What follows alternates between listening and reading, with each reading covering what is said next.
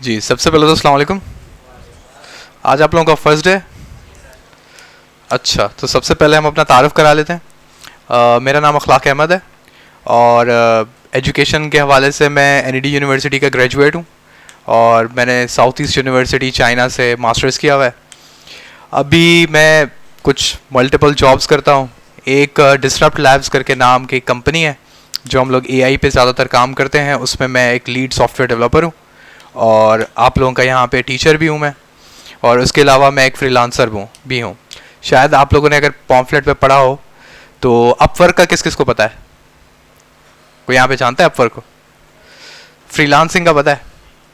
तो फ्रीलांसिंग जो है वेब डेवलपमेंट के हवाले से, उसमें अगर दो बहुत बड़े नाम हैं, दो मार्केट प्लेसेस के बहुत बड़े नाम हैं जहाँ पे आप अपनी सर्विसेज बेचते हैं और लोग आपको अपना काम देते हैं और आपको पे करते हैं। उनमें दो बड़े नाम हैं, पहला है फाइवर और दूसरा है अपवर्क।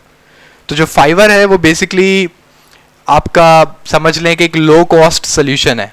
आपके पास जो छोटे मोटे प्रोजेक्ट्स आते हैं वो ज़्यादातर आपको फाइवर के थ्रू दिए जाते हैं। और उसके ऊपर जो एक चीज़ आती है वो है अपवर्क। अपवर्क थोड़ा लॉन्ग टर्म कॉन्ट्रैक्ट्स होते हैं, उनमें बाकायदा आपकी हायरिंग भी होती है फुल टाइम जॉब के हवाले से, एक पूरे प्रोजेक्ट के हवाले से। और लाजमी सी बात है क्योंकि अब एक अपर लेवल है तो थोड़ी उसकी पेमेंट सिस्टम भी अलग है एज़ कम्पेयर टू फाइवर। तो जो बच्चे थोड़ा बहुत फाइवर को जानते हैं उनको पता होगा कि फाइवर का कुछ अपने पोटेंशियल इश्यूज हैं, सही है, जिसमें से आपका सबसे बड़ा प्रॉब्लम ये है कि आप एज अ सेलर अगर आप अपनी कोई सर्विस बेच रहे हैं तो फाइवर आपको इतना कोई ज़्यादा क्या कह लें कि आपको सपोर्ट नहीं करता हो। वो आपके क्लाइंट को ज़्यादा फोकस करता है। मतलब क्लाइंट ने अगर आपका कॉन्ट्रैक्ट कैंसिल कर दिया तो आप गए, सही है। लेकिन अपवर्क थोड़ा उस लिहाज से प्रोफेशनल है। तो किसी भी इस प्रोजेक्ट में या वेब डेवलपमेंट का जो आपका फील्ड है उसके अंदर जो स्टेप्स हैं वो कुछ ऐसे ही होते हैं कि आप पहले तो जाहिर सी बात है स्किल सीखते हैं, सही है। उसके बाद आप अपनी प्रोफाइल जनरेट करते हैं, कुछ अपने काम पे एक्सपीरियंस लेते हैं किसी के साथ काम करके या कोई प्रोजेक्ट बना के। उसके बाद आप नॉर्मली फाइवर पे ही आते हैं। क्यों? क्योंकि फाइवर कदरे आसान है as compare to Upwork. Fiverr समझ लें आपकी पहली सीढ़ी है। एक दफ़ा आपने फाइवर पे थोड़ा एक्सपीरियंस ले लिया 1-1.5 साल का, उसके बाद आप अपवर्क पे अप्लाई कर सकते हैं। तो अलोंग द वे आपका जो ये कोर्स स्टार्ट हो रहा है उसमें हम आपको ये सब भी बताएंगे, क्योंकि हमारा मेन गोल ये है कि आप एज एन इंडिपेंडेंट फ्रीलांसर बने। क्योंकि मैं खुद भी अगर मैं आपको अपनी जर्नी बताऊं तो जब मैं ग्रेजुएट हुआ तो उसके बाद जो एक फ्रेशर होता है, एक न्यू जो आपका डेवलपर होता है, उसकी सैलरी ज़्यादा से ज़्यादा वो लोग देते हैं 20,000, 15,000, 25,000, क्योंकि वो कहते हैं आप अभी इंटर्नी हो, आपके पास कोई नॉलेज नहीं है, आपके पास कोई प्रोफेशनल वर्क एक्सपीरियंस नहीं है। लेकिन अगर आपको पता है कि डॉलर का रेट क्या चल रहा है तो आपको एक छोटे से काम का अगर $20 भी मिल जाता है तो आप वो जो पूरे महीने के इंटर्नशिप के पैसे हैं वो निकाल लेते हो।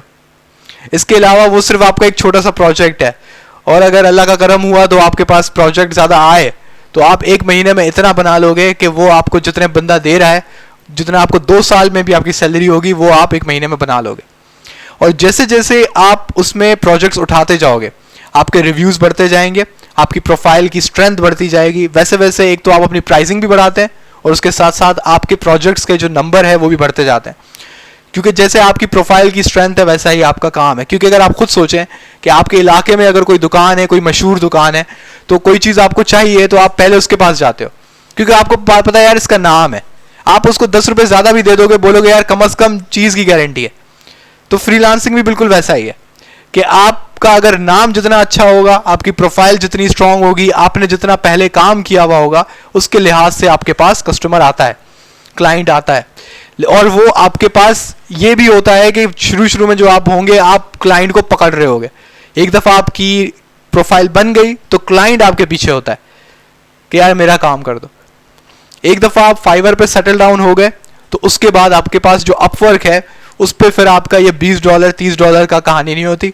उसके बाद आपको 100, 200, 300 इधर से तो आपका काम स्टार्ट होता है, फिर वो 1000, 1500 जहाँ पे भी आपको कॉन्ट्रैक्ट मिलता है। तो मेन गोल हमारा यहाँ पर यही है कि हम लोग एक फ्रीलांसिंग कम्युनिटी हम लोग जनरेट करें ताकि पाकिस्तान में जो हमारा फॉरेन रिजर्व है वो बढ़े और आपकी डिपेंडेंसी ना हो एक लोकल किसी कंपनी पे। क्योंकि यहाँ पे बहुत सारे बच्चे होंगे जो हो सकता है, बल्कि आई थिंक मैक्सिमम आपके वो बच्चे होंगे जो CS बैकग्राउंड से हो सकता है ना हो, जिनके पास कंप्यूटर साइंस की डिग्री ना हो। सही है, तो डिग्री ना होने की वजह से आपको यहाँ पे कंपनीज जो हैं खास तौर पे वो ड्रैग डाउन करती हैं, क्योंकि वो बोलती हैं यार आपके पास इस चीज़ की डिग्री नहीं है। सही है, तो इस चीज़ को जो बाहर गोरा है उसको कोई नहीं पड़ी, आपके पास कौन सी डिग्री है क्या है उसको कुछ नहीं पड़ी। वो बोलता है यार ये मेरा काम है, ये करके दो, पैसे लो, जान छुड़ाओ। और उसके बाद जैसे जैसे आपकी प्रोफाइल की स्ट्रेंथ बढ़ती है, खासतौर पे जैसे अपवर्क है, तो अब वो इंटरनेशनली रिकॉग्नाइज्ड है।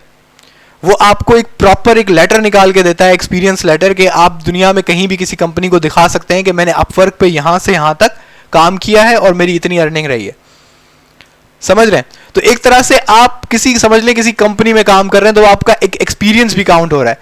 क्योंकि यहाँ पे कुछ बच्चों का मैं सुनता हूँ कि वो बोलते हैं यार फ्रीलांसिंग तो हम कर लेंगे लेकिन हमें कोई पहचानेगा नहीं, अगर हम किसी जॉब में जाने की कोशिश करेंगे तो हमें वो पहचानेगा नहीं। तो अगर आप फाइवर के बाद अपवर्क में आ जाते हैं तो आपके पास एक इंटरनेशनल रिकग्निशन है, ना सिर्फ पाकिस्तान में बल्कि बाहर भी, और आपका जो काम का पोर्टफोलियो है वो आप उसको शोकेस कर सकते हैं कि मैंने इस काम पे या ये एक्सपीरियंस मेरा है। इवन मेरे जो पहली जॉब थी वो एज एन इंटर्नी नहीं थी, जो मैंने यहाँ पे किसी लोकल कंपनी में की थी, और उसकी वजह क्या थी, क्योंकि मुझे डायरेक्टली एक लीड डेवलपर की पोजीशन दे दी गई थी। हालांकि आपको पता है कि कभी भी लीड आपको पहले नहीं बनाया जाता, आप शुरू करते हैं इंटर्नी से, फिर आप शुरू करते हैं जूनियर, फिर आप जूनियर के बाद बनते हैं सीनियर, सीनियर के बाद आप बनते हैं लीड डेवलपर। लेकिन मुझे डायरेक्टली क्यों लीड मिल गई, क्योंकि मैं 2-2.5 साल से ऑलरेडी फ्रीलांसिंग कर रहा था, और जब मैं इंटरव्यू देने गया तो मैंने उनको वो सारे अपने प्रोजेक्ट्स शोकेस किए और वो अपवर्क के लेटर्स भी शोकेस किए कि मैंने इस तरह मेरे पास एक्सपीरियंस है। तो अगर आप इस फ्रीलांसिंग में आ जाते हैं, आप यहाँ पे करते हैं, तो पैसा तो बिल्कुल ही है। सही है, और डॉलर्स में तो फिर तो आप समझ लें, एक छोटा सा आप इसको मैं अंदाज़ा लगा लेंगे, आपके पास एक सर्टेन एक्सपीरियंस आ जाता है तो आधे घंटे की 30 मिनट्स कंसल्टेशन, यानी कि अगर आपके पास कोई आके आपसे बात करना चाहता है कि यार ये मेरा प्रोजेक्ट है, उसको कोई मसला है, वो बस आपसे डिस्कस करना चाहता है क्योंकि आपकी एक्सपर्टीज है, तो सिर्फ वो 30 मिनट्स के आप $20 चार्ज कर सकते हैं। अगर आप मेरी खुद की अपवर्क की प्रोफाइल देखेंगे तो उसमें मेरे ये बने हुए हैं प्रोजेक्ट्स कि मैं 30 मिनट्स कंसल्टेशन के मैं $20 चार्ज करता हूँ। और आप बोल रहे होंगे कि भाई ये कैसे मुमकिन है, कोई 20 मिनट बात करने के $20 क्यों देगा? तो देते हैं, आप पढ़ लीजिएगा, मेरे उस पर कॉन्ट्रैक्ट हुए हुए। सही है, तो बाकी जो है थोड़ा बहुत आप उस पर अर्निंग वगैरह भी चेक कर सकते हैं। मेरी लिंक्डइन की प्रोफाइल भी है, अगर आप फुल स्टैक डेवलपर अखलाक अहमद कुछ करके सर्च करेंगे तो आपको ऊपर ऊपर ही दिख जाती है। सही है, तो आप उसमें सारी मेरी पोर्टफोलियो वगैरह पढ़ सकते हैं कि जो जो लैंग्वेजेस मैंने की हुई हैं। अब यहाँ पर जब आप आए हैं तो मेरे ख्याल से किसी ने पहले सॉफ्टवेयर पढ़ी है, कोई ऐसा है यहाँ पे? आपको फर्स्ट टाइम है? अब जब आप लोग यहाँ पे आए हैं तो एक चीज़ आप लोगों की समझना ज़रूरी है कि आपका ये जो कोर्स होगा प्रोग्रामिंग में फर्स्ट स्टेप होगा। नॉर्मली जो हमारे पास बच्चे आते हैं वो पहले से उन्होंने कोई प्रोग्रामिंग का उनको एक्सपीरियंस नहीं होता, तो हम उनको बिल्कुल स्टार्ट करवाते हैं। तो आपको शुरू में तो पहले ये चीज़ समझने की ज़रूरत है कि फ्रीलांसिंग या प्रोग्रामिंग ये एक पूरी फील्ड है। यूनिवर्सिटीज़ जो हैं वो 4 साल लेती हैं बैचलर्स कराने में, उसी आपकी कंप्यूटर साइंस फील्ड में। उसके बाद मास्टर्स डिग्री आपको 2 साल और करनी होती है। उसके बाद आपको इंटर्नशिप 3-4 महीने की करनी होती है। उसके बाद आप कोई 1-1.5 साल का एक्सपीरियंस लेते हैं। उसके बाद आप बनते हैं प्रॉपर सॉफ्टवेयर डेवलपर। तो इतना बड़ी जो जर्नी है, जाहिर सी बात है अगर आप उसको कट शॉर्ट करना चाहते हैं, आप चाहते हैं कि मैं नहीं मैं जल्दी पहुंच जाऊं, तो उसमें आपको थोड़ा सा टाइम, थोड़ी सी मेहनत तो लगेगी, क्योंकि लैंग्वेजेस बहुत ज़्यादा हैं। जैसे दुनिया में बात करने की लैंग्वेजेस हैं, हम उर्दू में बात कर रहे हैं, इसी तरह इंग्लिश है, इसी तरीके से फ्रेंच है, बहुत सारी लैंग्वेजेस हैं। तो कंप्यूटर से भी बात करने की बहुत सारी लैंग्वेजेस हैं। हम जो यहाँ पे लैंग्वेज पढ़ा रहे हैं वो समझ लें एक बहुत बड़े समंदर का एक छोटा सा हिस्सा है। और भी दुनिया में बहुत सारी लैंग्वेजेस हैं, अलग अलग, कुछ पॉपुलर हैं, कुछ कम पॉपुलर है, किसी की डिमांड ज़्यादा है, किसी की डिमांड कम है। हम वो लैंग्वेज पढ़ा रहे हैं जिसकी डिमांड ज़्यादा है इस वक्त। हो सकता है कि कल को 1-2 साल के बाद किसी और लैंग्वेज की डिमांड हो जाए। चैट जीपीटी का आप सबने नाम सुना होगा, अभी वो फ्रीलांसिंग की दुनिया में वो छाया हुआ है। आप जो प्रोजेक्ट देखें वो बोल रहा है चैट जीपीटी पे बना के दो, जो प्रोजेक्ट देखें चैट जीपीटी। तो इसी तरीके से डिमांड एंड सप्लाई का रूल है, किसी चीज़ की डिमांड बढ़ती है तो आप उसको सीखते हैं। तो पहले तो आपको इस चीज़ के लिए तैयार कर लेना चाहिए खुद को कि यहाँ पर आप अभी प्रोग्रामिंग की दुनिया में एंट्री लेंगे। उसके बाद आपके पास एक बहुत बड़ा एरिया है, एक बहुत बड़ी फील्ड है, क्योंकि आप खुद सोचें कि कोई एक टेक्निकल स्किल है तो उस स्किल के बहुत ज़्यादा कैटेगरीज होती हैं, एक बहुत ज़्यादा ब्रांचेस होती हैं। अब आप उस ब्रांच में से किस ब्रांच पे जाते हैं वो आपको स्लो एंड स्टेडी समझ आ जाएगा। सही है, हम भी आपको जाहिर सी बात है गाइड करते रहेंगे, क्योंकि हम भी इस प्रोसेस से होकर आए हैं। क्योंकि मेरा पहला भी जो बेसिकली प्रोग्रामिंग का कोर्स था वो एक ऐसे ही इंस्टीट्यूट में से था, मैंने यूनिवर्सिटी में पहली प्रोग्रामिंग नहीं सीखी थी।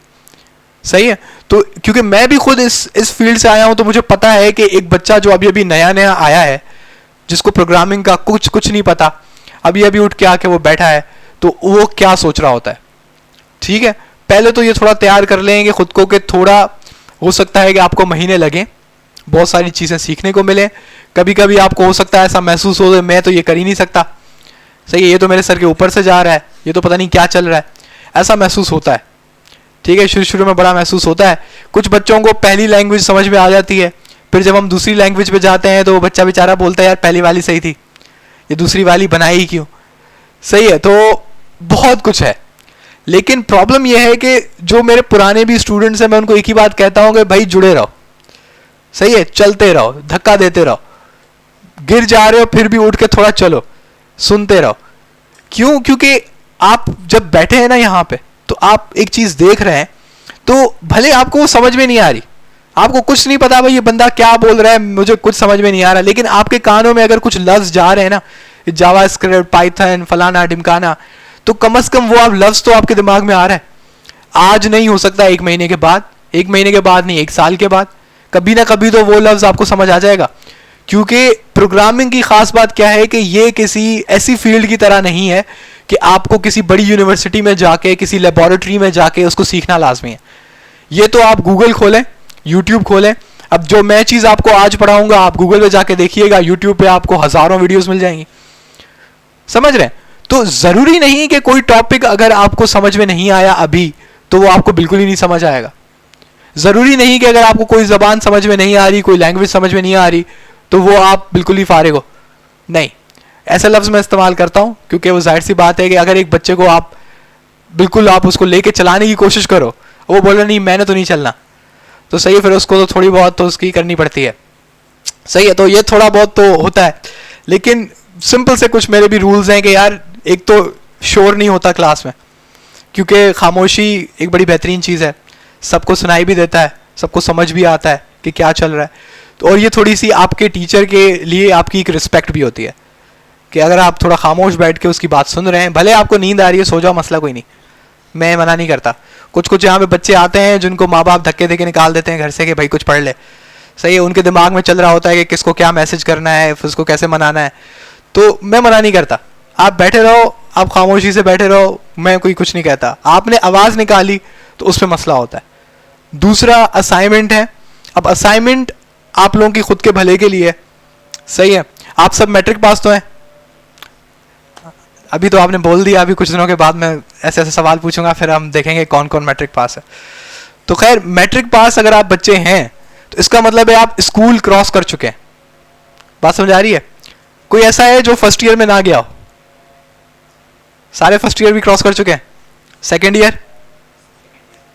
ईयर में अभी हैं, तो मतलब कि आप लोगों को फर्स्ट ईयर की नॉलेज है। तो आपने एक चीज महसूस की होगी कि जब आप स्कूल में थे तो आपको बिल्कुल हाथ से पकड़ के टीचर बोलता था बेटा ये चीज लिखो, बेटा कल क्यों नहीं आए, चमाट पड़ता था ये बाल कैसे बनाए हुए। सही है, कॉपी किधर है तुम्हारी, डायरी किधर है तुम्हारी। लेकिन जैसे ही आप मैट्रिक से निकले होगे आपको कोई एक लफ्ज नहीं पूछता। आप जा रहे हैं कॉलेज, जा रहे हैं कोचिंग के बहाने आप कहीं और जा रहे हैं, आपसे कोई नहीं पूछ रहा, आपके बोर्ड के एग्जाम में भी कोई नहीं पूछ रहा। तो आप एक तरह से बिल्कुल अब दुनिया में ना आपको छोड़ दिया जाता है कि भाई अब तेरी जिंदगी है। समझ रहे हैं? तो यहां पे भी जब आप बैठे हैं तो इनका भी क्राइटेरिया था कि भाई मैट्रिक से छोटे कम वाले बच्चे नहीं उठाओ, क्योंकि उनका माइंड सेट होता है स्कूल वाला कि जब तक उनको हाथ से पकड़ के ना चलाओ वो कोई काम नहीं करते।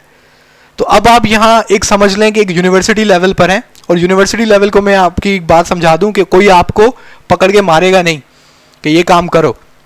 तो ये लेकिन आपकी खुद की समझ में होना चाहिए कि अगर आपको कोई असाइनमेंट मिल रहा है तो वो आपके भले के लिए, कि वो आपकी प्रैक्टिस हो, कि वो आपका पोर्टफोलियो बने। क्योंकि यहाँ पर पोर्टफोलियो सबसे इंपॉर्टेंट चीज़ है। अगर आपने अभी इस चक्कर में कि चलो आपको असाइनमेंट दिया गया उसके नंबर तो मिलेंगे ना, एक दिमाग में ये बात होती है तो बंदा काम कर लेता है। अगर आपके दिमाग में ये होगा ना कि यार कोर्स पास कर लेंगे उसके बाद फिर हम लोग पोर्टफोलियो बना लेंगे, वेबसाइट्स बना लेंगे और क्लाइंट को दिखाएंगे, कभी नहीं बनाओगे। क्योंकि हम लोग पाकिस्तानी जो है नेचुरली जो है ना लेजी लोग हैं, हम सुस्त हैं। हमें जब तक कोई चीज़ का फ़ायदा नहीं दिखता हम वो काम नहीं करते, सीधी बात है। आपको मैं बोलूँ कि भाई $50 का कॉन्ट्रैक्ट है, इसको ख़त्म करके तो देखो आप कैसे काम करते हो। आप उससे भी आगे निकल जाओगे, बोलोगे कि हम ये भी पढ़ लेंगे, हम वो भी पढ़ लेंगे। जब फ़ायदा दिखता है तो यहाँ पे हर कोई काम करता है। तो अब जाहिर सी बात है मैं असाइनमेंट करने के पैसे तो दूंगा नहीं, सही है। तो मैं जो एक चीज़ आपको रिवॉर्ड कर सकता हूँ वो है नंबर्स, और वो नंबर्स आपके सर्टिफिकेट पर रिफ्लेक्ट होते हैं। तो अभी अगर आप असाइनमेंट्स नहीं बनाएंगे, अपने पोर्टफोलियो को जनरेट नहीं करेंगे, यहाँ से निकलने के बाद आप भूल जाएं। तो सबसे पहले इस चीज़ का ख्याल रखें कि अगर आप यहाँ पे आ रहे हैं, जो चीज़ आप पढ़ रहे हैं, एक तो घर जाके 10 मिनट भी नहीं लगेंगे। यहाँ पे मैं 2 घंटे में जो चीज़ समझाऊंगा, घर जाके आपको सिर्फ 15 मिनट लगेंगे उसको एक दफ़ा दोबारा से लिखने में। क्योंकि जाहिर सी बात है मैं जब यहाँ पे पढ़ा रहा हूँ एक एक लफ्ज़ को एक्सप्लेन कर रहा हूँ, आप घर जाएंगे बस को टाइप करेंगे, ख़त्म करेंगे, देखेंगे हाँ ये जो उन्होंने बोला था हो गया। बस एक दफ़ा नज़र आ जाए, थोड़ी सी दिल में खुशी होती है कि यार जो आज पढ़ के आया हमने करके दिखा दिया, या हमने कंप्यूटर को बताया कि ये करो वो उसने कर दिया, तो थोड़ी ना खुशी होती है जब हम नए नए चीज़ें सीखते हैं। फिर जैसे जैसे आगे बढ़ते हैं तो पता लगता है भाई ये तो कुछ भी नहीं था।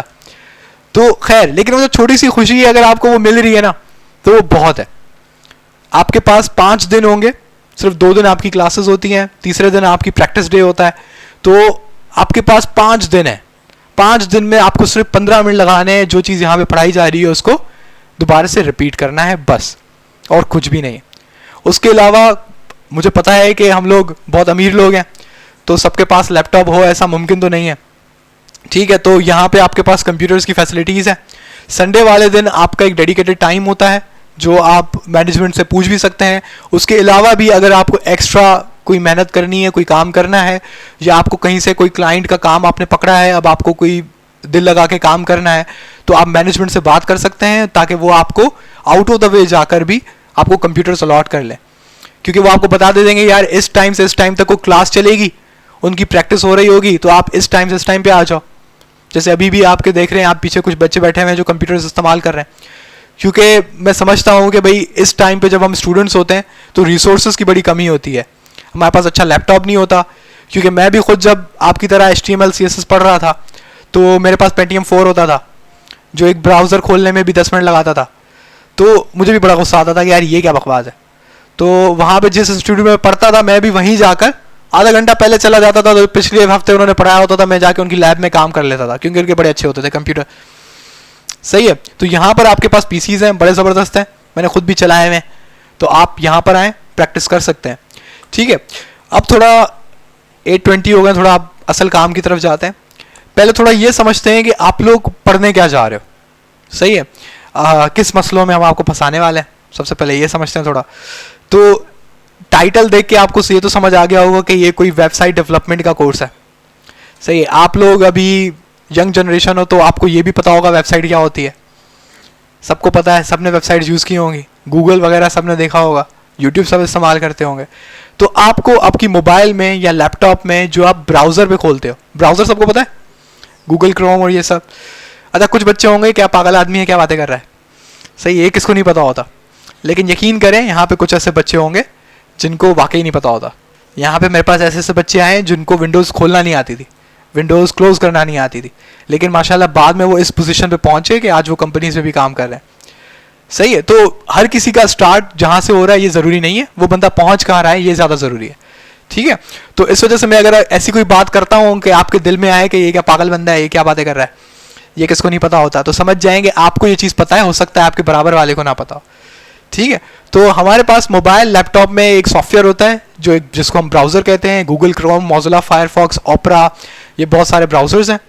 तो ब्राउज़र में जो भी चीज़ आपको दिखती है उसको हम लोग वेबसाइट कहते हैं, सही है। आप google.com टाइप करते हैं, आपके सामने गूगल खुल जाता है, वो एक वेबसाइट है।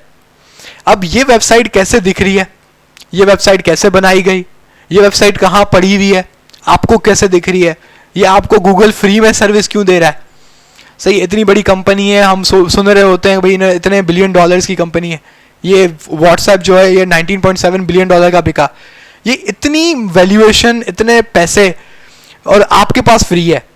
आप गूगल पे उस पर प्ले स्टोर पे जाते हैं, व्हाट्सएप डाउनलोड कर लेते हैं, लेकिन माइक्रोसॉफ्ट को यही व्हाट्सएप 19.7 बिलियन डॉलर का पड़ा है।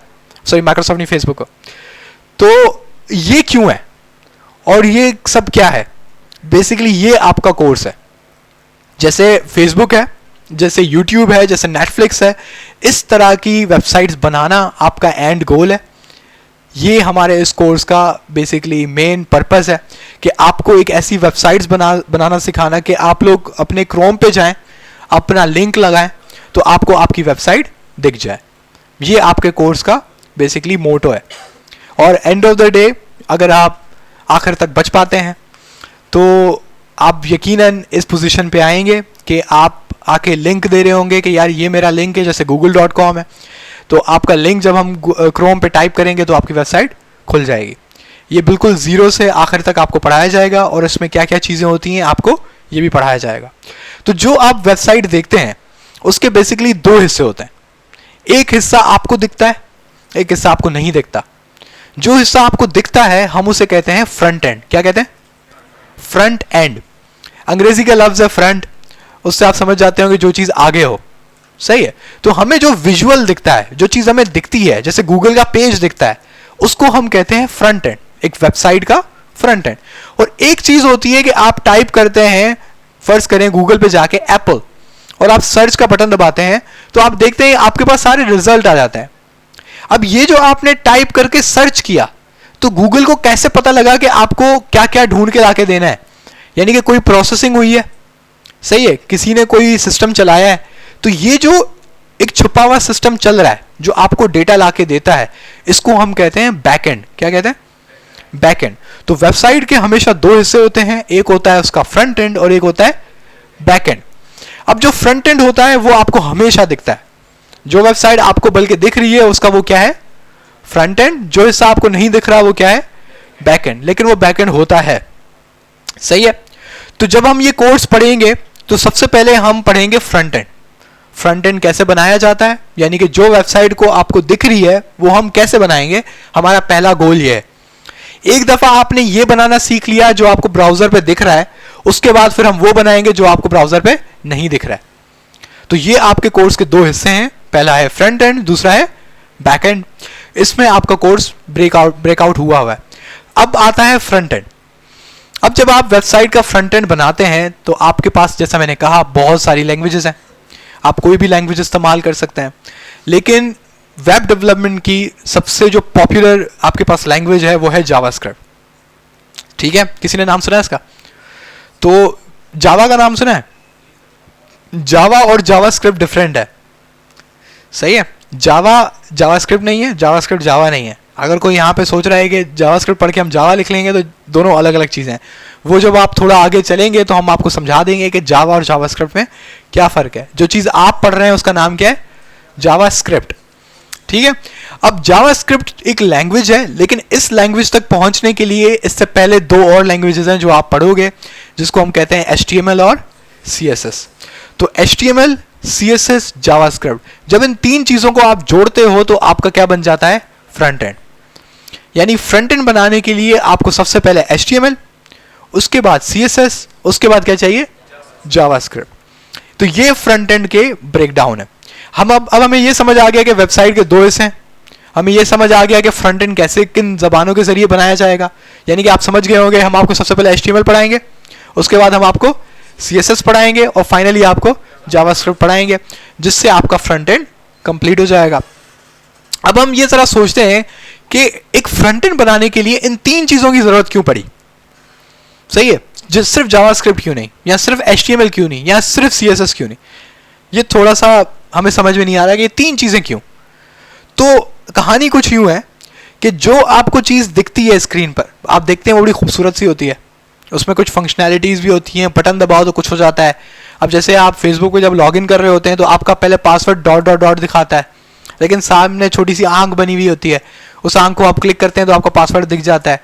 तो ये कुछ टेक्निक कुछ ना कुछ तो चल रही है पीछे ना। तो होता क्या है कि एक इंसान की एग्जाम्पल लेते हैं, ठीक है। अब एक इंसान है, उसकी सबसे पहले हड्डियां हैं जो उसको खड़ा करके रखती हैं। तो जो हड्डियां हैं, इसी तरीके से वेबसाइट का जो फ्रंट एंड है उसमें वो HTML है, यानी कि वो उसका ढांचा है, सही है। जैसे इंसान का ढांचा है वैसे ही वेबसाइट का ढांचा क्या है, HTML। HTML उसका बेसिक स्ट्रक्चर देता है कि ये चीज दिखेगी कैसे, लेकिन ढांचा खूबसूरत नहीं होता, सही है। आपको ये भी नहीं समझ आएगा कि ये लड़की है या लड़का है अगर वो सिर्फ उस स्केलेटन आपको दिखा दिया जाए, सही, तो वो बिल्कुल भी खूबसूरत नहीं होता। तो स्केलेटन को थोड़ी बहुत आपको खूबसूरती देने के लिए उसकी स्किन चाहिए होती है, उसके मसल्स चाहिए होते हैं, सही, उससे पता लगता है कि भाई खूबसूरती आ रही है, कोई ज़्यादा खूबसूरत है, कोई कम खूबसूरत है। अब ये अल्लाह की बनाई हुई चीज़ है। तो इसी तरीके से ये जो खूबसूरती आप ला रहे हैं स्केलेटन में, इंसान में, ये आप काम जब आप करते हैं वेबसाइट में तो वो किसके थ्रू होता है, CSS। यानी HTML ढांचा बनाती है, CSS उसकी खूबसूरती लाती है, सही है। उसके बाद आपके पास जो इंसान है उसके पास होता है एक दिमाग। दिमाग आपको बेसिकली इंटेलिजेंट बनाता है। अगर किसी इंसान में से दिमाग निकाल दें तो वो पागल है। पागल का मतलब है कि वो सोचने समझने से कासर है, वो सोच नहीं सकता, वो कुछ कर नहीं सकता। क्योंकि इंसान और जानवर को जो चीज़ बेसिकली डिफर करती है, जो आपको फ़र्क में करती है, वो आपकी सोच है। जानवर में सोच नहीं होती, हालांकि उसमें ताकत भी है, उसमें हाथ भी हैं, उसके पैर भी हैं, आंखें भी हैं, नाक भी है, लेकिन वो सोच नहीं सकता। आप सोच सकते हैं। अब जो ये सोच है, फंक्शनैलिटी है, आपको भूख लग रही है, आप खाना पका के खा रहे हैं, ये एक आपकी जो फंक्शनैलिटी है, ये आप वेबसाइट में अगर आप देखें तो ये किसके थ्रू होती है, जावास्क्रिप्ट। यानी कि HTML से हमने ढांचा बनाया, CSS से हमने उसको खूबसूरती दी, और जावास्क्रिप्ट के थ्रू हमने उसे सोच दी, उसको इंटेलिजेंट बनाया। बात समझ रहे हैं? तो इस तरीके से हम लोग इस कोर्स को पढ़ेंगे। अभी तो ये HTML CSS जावास्क्रिप्ट आपको सुनने में लग रहा है क्या ही बात है, तो यूं ख़त्म हो जाएगी, लेकिन जैसे हम थोड़ा पढ़ने लगेंगे तो मुश्किलात में थोड़ा बहुत इजाफा तो होगा। फिर आप थोड़ा बहुत महसूस करेंगे कि अभी आज आप क्लास में जो आपके बच्चे देख रहे हैं, आपको जो आपके बराबर वाले लोग दिख रहे हैं, आप बहुत खुशी महसूस कर रहे होंगे, यार ये सारे हम इंशाल्लाह ना आखिर तक जाएंगे। लेकिन मैं आपको अभी से बता रहा हूँ कि ऐसा होता है कि HTML पढ़ ली, 1-2 बच्चे गए, सही है। CSS पढ़ ली, 5-6 बच्चे गए, सही है। जैसे ही जावास्क्रिप्ट शुरू हुई, आधे बच्चे गए। फिर उसके बाद जब हम रिएक्ट पे पहुंचे, फिर तो चुनने से बच्चे बचे। उसकी वजह क्या होती है कि वही वाली बात है कि यहाँ पर हर किसी को ये सोच के लगता है यार ये मेरा काम नहीं है, सही है। लेकिन उसकी मैं आपको एक बात बता दूं कि आपके पास इस वक्त 2 ऑप्शंस हैं, जो किसी से ढकी छुपी बात नहीं है। इस वक्त जॉब मार्केट को सब जानते हैं, और हम लोग क्योंकि हम सब मिडिल क्लास लोग हैं, तो हमारी ज़िंदगी में यही होता है, बेटा जाके कमा ताकि हम कुछ खाएं। ये होता है, हमारे घर पे भी यही होता है भाई, कि जाके कमाओगे तो हम कुछ खाएंगे। तो ये प्रेशर तो घर से आता है। अभी आप लोग फर्स्ट ईयर सेकेंड ईयर में हैं, तो आपको घर वालों ने बोला हुआ है बेटा तो 2 साल रुक जा बस। जैसे ही आपकी इंटरमीडिएट पास होगी, आपको अब्बा बोलेंगे बेटा जा कोई काम कर। आप यूनिवर्सिटी में भी अगर एडमिशन ले लेंगे तो आपको बोला जाएगा यार पार्ट टाइम जॉब करो, क्योंकि फीस हमसे नहीं हो रही। क्योंकि यूनिवर्सिटी की फ़ीस आपको पता है 80,000 90,000 ऐसे चल रही है। मेरी जो NED थी उसमें 18,000 थी, लेकिन मज़े की बात है वो 18,000 भी मुझसे बड़ी मुश्किल से होती थी, सही है। वो स्कॉलरशिप्स मिल गई, अल्लाह का शुक्र है कि थोड़ा बहुत काम चल पड़ा। तो मुश्किलात होती है, और हम भी उसी पूरे प्रोसेस से होकर आए, तो हम अच्छे से समझ सकते हैं कि भाई आप लोगों के साथ क्या चल रहा है, ठीक है। लेकिन आपका प्रॉब्लम ये है, हमारा मिडिल क्लास का प्रॉब्लम ये है, अगर आप ये चीज़ थोड़ी इस वक्त मेहनत करके नहीं सीखते तो आप खुद सोचो कि आप ज़्यादा ज़्यादा कहाँ जाओगे। अगर आप NED में नहीं जाते, किसी बड़ी यूनिवर्सिटी में आप नहीं जा पाते खुदा ना खास्ता, तो ज़्यादा चांस क्या है, 90% चांस क्या है कि आप कोई ऐसी जॉब करोगे जो क्लर्क टाइप होगी। आप एक दस्तक, आप रोज़ एक चीज़ आओगे, कंप्यूटर के सामने बैठोगे, वो लेटर टाइप करोगे, घर जाओगे। आपकी शुरू में 15,000 सैलरी होगी, फिर 3-4 साल के बाद आपकी 25-30,000 हो सकता है हो जाए। फिर आप उसके बाद शादी कर लोगे, शादी करने के बाद फिर आपको बीवी बोलेगी ये 30,000 से तो कुछ नहीं हो रहा। फिर आप पार्ट टाइम में कुछ और करने की कोशिश करोगे, फिर आप यहीं दूसरों की तरह नीचे चाय के होटल पे बैठ के रो रहे होगे कि मेरे साथ क्या हो रहा है, सही है। और दूसरी थोड़ी ज़िंदगी यहाँ पर है कि अगर आपको थोड़ा शुरू में मेहनत कर लेते हैं, आप थोड़ा ख़ुद को समझा लेते हैं कि भाई थोड़ा यहाँ पे मुश्किल है, लेकिन वहाँ पे पूरी ज़िंदगी की मुश्किल है। यहाँ आप 1-1.5 साल मेहनत कर लो, वहां पे आप फिर पूरी जिंदगी मेहनत करते रहो। तो यहाँ पे अगर आप ये स्किल सीख लेते हो तो ये ऐसी स्किल है कि आपको हर साल गुजरने के बाद आपको महसूस होगा कि आपकी जिंदगी में एक बहुत बड़े बड़े बदलाव आ रहे हैं। आप 1 साल पहले जिस पोजीशन पे थे, आप 1 साल के बाद देखोगे कि आपकी पोजीशन में वाज़ेह फर्क आता है। उसकी वजह क्या है कि जैसे जैसे आपको साल गुजरते हैं आपके एक्सपीरियंस में इंक्रीमेंट आता है, और प्रोग्रामिंग की फील्ड में जितना बंदा एक्सपीरियंस्ड है वो उतना गोल्ड है। आप पहली बार जब आओगे, कंपनी वाला बोलेगा हम 25,000 देंगे, हम बोलेंगे सर बेहतरीन, क्या बात है, बिल्कुल करेंगे। आपको 1 साल गुजरेगा, आप अपने ही बॉस को बोलोगे भाई 40 दे रहे हो वरना या मैं जाऊं। सही है, क्यों? क्योंकि अब आपके पास स्किल है। जहां पे अगर आप एक क्लर्क टाइप जॉब कर रहे हो, सही है, कोई कागज आप कलेक्ट कर रहे हो, कोई टाइपिंग का काम कर रहे हो, बॉस को जाके बोलोगे भाई 40,000 दे रहे हो या मैं जाऊं, तो बोलेगा जा। यही होगा, क्योंकि उसके पास हजारों लोग हैं जो आपका काम जानते हैं। लेकिन अगर आप कोई ऐसी स्किल सीख लेते हो कि आप इररिप्लेसेबल हो, तो आप बाकायदा ब्लैकमेल कर सकते हो।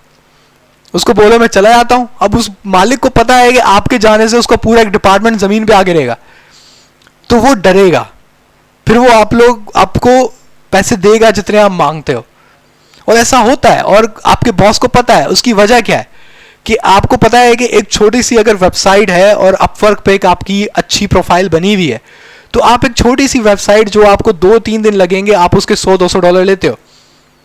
सही है, और $100-200 अगर आप पाकिस्तानी करेंसी में कन्वर्ट करो तो वो 45 से 50 हज़ार बनते हैं। अब उस वेबसाइट को बनाने में आपको कितने दिन लगे? 2 दिन। और पाकिस्तानी जो कंपनीज होती हैं वो ऐसी होती हैं कि वो बोलती हैं कि 2 दिन में भी क्यों बना रहे हो भाई, 2 दिन में 3 वेबसाइट बनाओ। हमारे पास इतने पैसे नहीं है कि तुम्हें एक वेबसाइट बनवाएं तुमसे, ज्यादा काम करो, ओवर टाइम करो। तो वो आपको निचोड़ लेगा 1 महीने के अंदर, और आपसे वो मजे से 4-5 लाख रुपए बना लेगा। और आपको दे कितना रहा होगा शुरू में? 25,000, 50,000। तो आप उसको ब्लैकमेल कर सकते हो। अब वो आप उसको 4 लाख रुपए बना के दे रहे हो, तो आपको 50,000 रुपए क्यों नहीं देगा? समझ रहे? अब किसी के पास अगर आप एक फोटोकॉपी की मशीन चला रहे हो, तो आप उसको कितना कमा के दे रहे हो? सही है, हो सकता है आप उसको 80,000 कमा के दे रहे हो, तो 80,000 में से अगर वो आपको 40 देगा तो उसके पास तो आधे बचे ना। उसमें फिर उसको बाकी काम भी करने हैं, बिजली का बिल भी भरना है, दूसरे काम भी करने हैं, तो वो आपको क्यों देगा? तो यहां पे सिंपल, आप दूसरे को कमा के दो, वो आपको पैसे देगा, क्यों नहीं देगा? जैसे जैसे आपका एक्सपीरियंस बढ़ेगा, आप बड़े काम करना शुरू करोगे, आप बड़े प्रोजेक्ट्स उठाओगे, आप अपनी कंपनी के लिए बड़े बड़े मुश्किल प्रोजेक्ट्स करोगे। अब वो क्योंकि प्रोजेक्ट मुश्किल है तो उसको जाहिर सी बात है पैसे भी ज्यादा मिलेंगे। पहले $200 का था, अब $500 का है। अब $500 का क्या मतलब है कि 1,25,000। 1,25,000 भी मैं कम बोल रहा हूँ, 250 के रेट के हिसाब से बोल रहा हूँ। अभी 280-270 चल रहा है मार्केट में।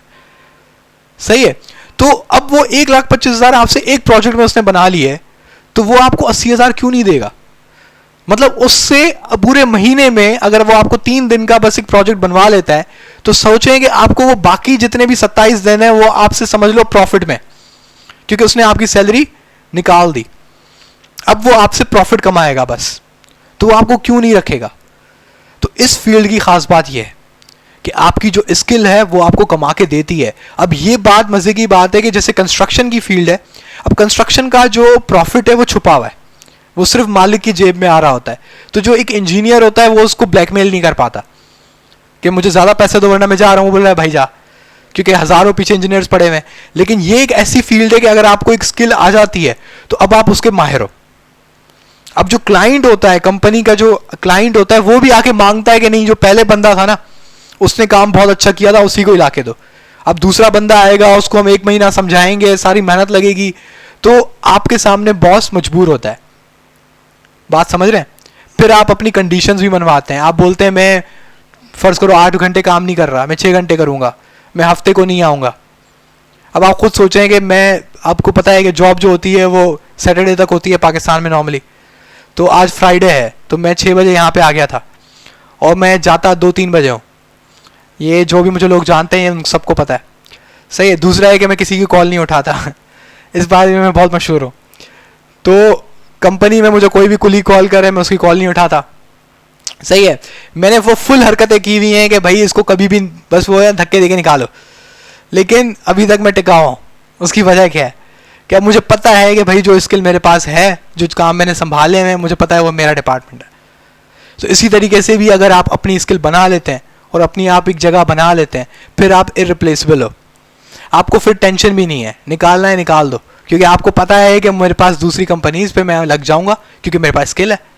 मैं उनके पास लेके अपनी प्रोफाइल लेके चला जाऊंगा, भाई देखो मुझे ये आता है, काम करा लो। आपके पास फ्रीलांसिंग का पीछे बैकअप प्लान भी है। अगर आप सब छोड़ के फुल टाइम, क्योंकि मैंने खुद भी 2 साल पूरे फुल टाइम फ्रीलांसिंग की है, मैं कुछ भी नहीं करता था, बस एक मैंने ऑफिस स्पेस ली हुई थी, वो भी पैसों पे। और ऑफिस स्पेस बहुत महंगी मिलती है, एक चेयर और एक टेबल आपको तकरीबन 10,000 रुपये की है आजकल, रेट ही है। एक महीना 10,000 आप उसको देते हो कि सिर्फ वो आपको बैठने दे। लैपटॉप भी आपका होता है, फ़र्क क्या होता है कि अच्छा सा ऑफिस बना हुआ होता है और एसी चल रहा होता है। उसके इस वक्त पर सीट 10,000 रुपये चल रहे हैं, तो आप उसके पैसे भी देते हो और आप अपने कमाते भी हो। मैंने ये काम 2 साल किया है, तो आपको पता है ना कि यार मेरे पास 2 ऑप्शंस हैं। तो एक तो आपको कोई कुछ कह नहीं सकता क्योंकि आप मजबूर नहीं हो, क्योंकि आप अगर जॉब मार्केट में देखते हो कि बॉस जो है वो पता नहीं क्या क्या बोल रहा होता है अपने एम्प्लॉयज़ को, सही है। कुछ ऐसे भी मैंने बेचारे लोग देखे हैं, इंजीनियर लेवल के बंदे होते हैं, उनको बॉस बोलता है जाके सिगरेट लेकर आओ। अब वो बेचारा मजबूर है, क्योंकि उसके बाद अब उसको पता है कि अगर मैं बोलूँगा अगर मैं जा में नहीं कर रहा तो बॉस बोलेगा निकल जाओ, तो वो कहीं का नहीं रहा। तो इस डर से बेचारा हर कोई जो है ह्यूमिलिएशन बर्दाश्त करता है।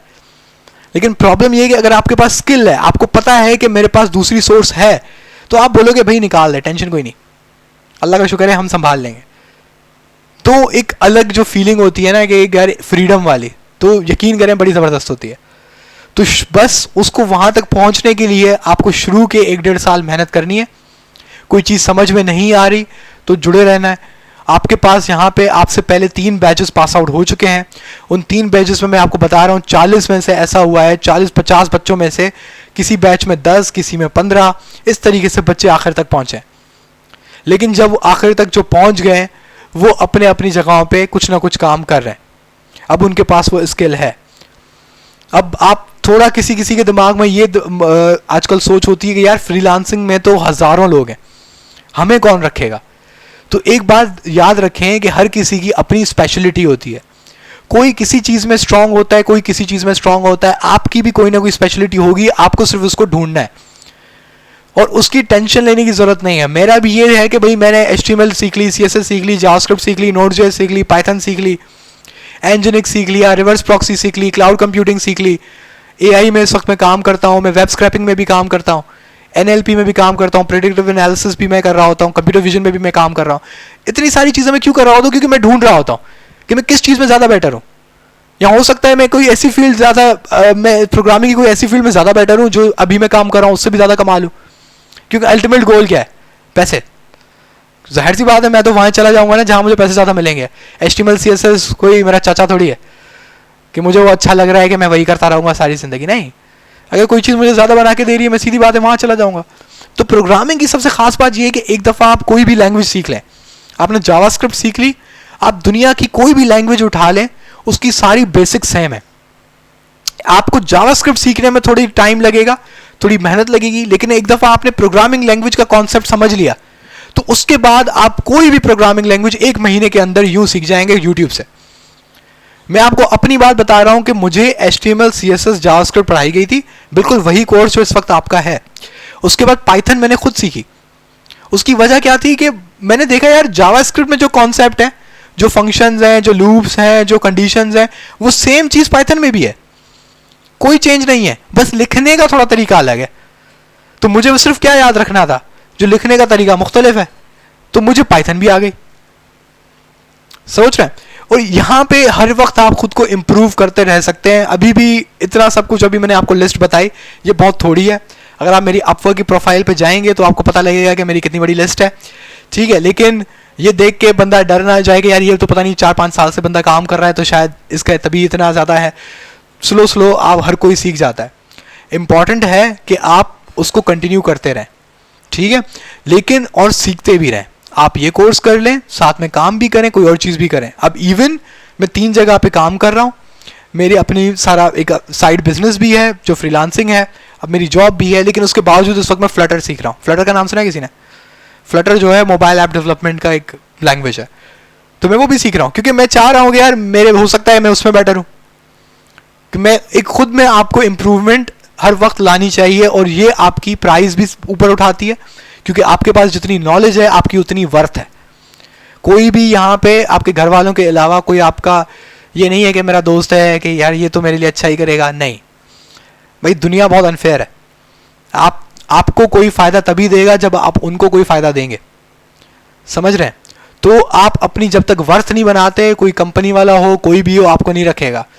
अगर आप अपनी एक वर्थ बना लेते हैं तो एक कंपनी का मालिक भी आपको आके बोलेगा यार तू मेरा भाई है, सही है। क्यों? आपसे उसको कोई प्यार व्यार नहीं है, सिर्फ उसको पता है कि ये बंदा मेरे लिए अगर काम करेगा तो ये मुझे इतना बना के दे सकता है। वो आपको बोलेगा यार, आप उसको बोलोगे सर मुझे सर में दर्द है, वो बोलेगा भाई तू घर जा, टेंशन क्या है। आप बोलोगे मैं सुबह को 9 बजे नहीं उठ सकता, बोलेगा भाई तू 2 बजे आ जा। क्यों? वो आपको, आप बोलोगे यार क्या बेहतरीन बंदा है, मेरे दोस्त का बॉस है, वो तो उसको पता नहीं क्या क्या सुनाता रहता है, तो 10 मिनट तू लेट हुआ 9 बजे तो उसको सुना देता है, यार मेरा बॉस देखो बोल रहा है 2 बजे आ जाओ। नहीं, आपको उससे कोई लगाव नहीं है। आप एक काम जानते हो जो उसको एक बना के चीज़ दे रहा है, बस। डिमांड एंड सप्लाई का रूल है, आप अपनी डिमांड बेहतर बनाएं, आपकी सप्लाई ऑटोमेटिकली बेटर हो जाएगी। जितनी ज़्यादा आप चीज़ें सीखेंगे, उसको जितना इम्प्लीमेंट करेंगे, आपको फिर मैं भी काम दूंगा। बात समझ रहे? क्यों? क्योंकि मेरा ही फ़ायदा है, ठीक है। आपसे जो फर्स्ट बैच वाले हैं मैंने उनको काम दिए हैं, अभी भी उनमें से एक स्टूडेंट है जो मेरा असिस्टेंट है, सही है, वो मेरी कंपनी में ही मेरा एक जूनियर डेवलपर है। उसको सही है मैंने क्यों रखा, क्योंकि मुझे पता था कि वो एक बहुत सारी चीज़ें सीख गया था, वो मेहनत करता था, यहाँ रोज़ आता था, तो मैंने उसको रखा, उसको मैंने अपना काम भी दिया। अब वो कंपनी का भी काम कर रहा होता है, वहाँ से भी सैलरी ले रहा होता है, मैं उसको अलग फ्रीलांसिंग का काम देता हूँ, मैं उसको अलग पे करता हूँ, क्योंकि जाहिर सी बात है जो असिस्टेंट है वो तो कंपनी के ग्राउंड में है, तो जिसको सैलरी मिल रही है वो कंपनी की मिल रही है, तो मैं उसको अपना काम तो एथिकली नहीं करा सकता। और फ्रीलांसिंग में बहुत बेहतरीन रूल है, एक परसेंटेज सेट होती है, आप किसी के लिए काम करेंगे वो आपको उतनी परसेंटेज, उस काम से आप हक से मांगेंगे यार मुझे इतनी परसेंटेज चाहिए, सही है। तो थोड़ा इंशाल्लाह आपके साथ काफ़ी टाइम तो गुजारने को मिलेगा और बातें भी बहुत करेंगे, लेकिन प्रॉब्लम यह है कि आपके दिमाग में क्लियर होना चाहिए कि आप यहाँ क्या करने आए हो, क्या पढ़ रहे हो, आगे क्या पढ़ने जा रहे हो, सही है। रोड मैप क्लियर हो, और आप जो चीज़ पढ़ रहे हो क्यों पढ़ रहे हो, ये चीज़ आपके दिमाग में क्लियर होनी चाहिए। जैसे मैंने बोला कि वेबसाइट के 2 हिस्से हैं, एक फ्रंट एंड और एक बैक एंड। जो फ्रंट एंड है उसके अंदर 3 पोर्शंस हैं, पहला HTML, CSS, जावास्क्रिप्ट। जो HTML है वो स्केलेटन है, ढांचा है, जो CSS है वो आपकी खूबसूरती है, सही है। आपका जो जावास्क्रिप्ट है वो आपका ब्रेन है, इंटेलिजेंस है, सही है। तो ये आपके दिमाग में होना चाहिए। तो सबसे पहले क्योंकि HTML आती है तो HTML की तरफ सबसे पहले जाते हैं, लेकिन अब हर चीज़ का एक एनवायरनमेंट बनाना ज़रूरी होता है। अब आप यहाँ पे पढ़ने आए हैं तो आपके लिए पहले ये जगह बनाई गई, इसमें जो भी इक्विपमेंट्स पड़े हुए हैं वो रखे गए, सारा सेटअप बनाया गया, टीचर को बुलाया गया, तो आप यहाँ पे पढ़ने के लिए अब तैयार हैं। ऐसा तो नहीं है कि बिल्डिंग बन रही थी और आपको बिठा दिया जो पढ़ लो। तो जब भी कोई काम आपको करना होता है तो आप सबसे पहले क्या क्रिएट करते हो, उसका इन्वायरमेंट। यही सेम काम कंप्यूटर साइंस में भी है और इसी लफ्ज़ का इस्तेमाल होता है इन्वायरमेंट, कि जब भी कोई आप प्रोग्रामिंग लैंग्वेज पे काम करने जा रहे होते हैं तो सबसे पहले उसका आप क्या बनाते हैं, इन्वायरमेंट। क्योंकि आप सबने गेम तो खेला होगा, गेम्स खेलते हैं आप, तो आप गेम्स इंस्टॉल करते हैं, सही है। तो ये जो इंस्टॉल आप चीज़ कर रहे हैं वो क्या है, बेसिकली इन्वायरमेंट है। मतलब आप उसकी फाइलें डाउनलोड कर रहे हैं, आप उसको फाइलों को कंप्यूटर में सेव कर रहे हैं, तब जाके वो गेम चलेगा। इसी तरीके से अब आप जब प्रोग्रामिंग लैंग्वेज कर रहे हैं, प्रोग्रामिंग लैंग्वेज का कॉन्सेप्ट आपको समझ आ रहा है ना, कि आपको कंप्यूटर से बात करनी है। अभी तक जो आप काम कंप्यूटर्स पे करते आए थे वो प्रोग्रामर्स थे, उन्होंने ये ब्राउजर्स बनाए ताकि इस पे आप google.com पे जा सकें, उन्होंने गेम्स बनाए ताकि आप गेम्स खेल सकें।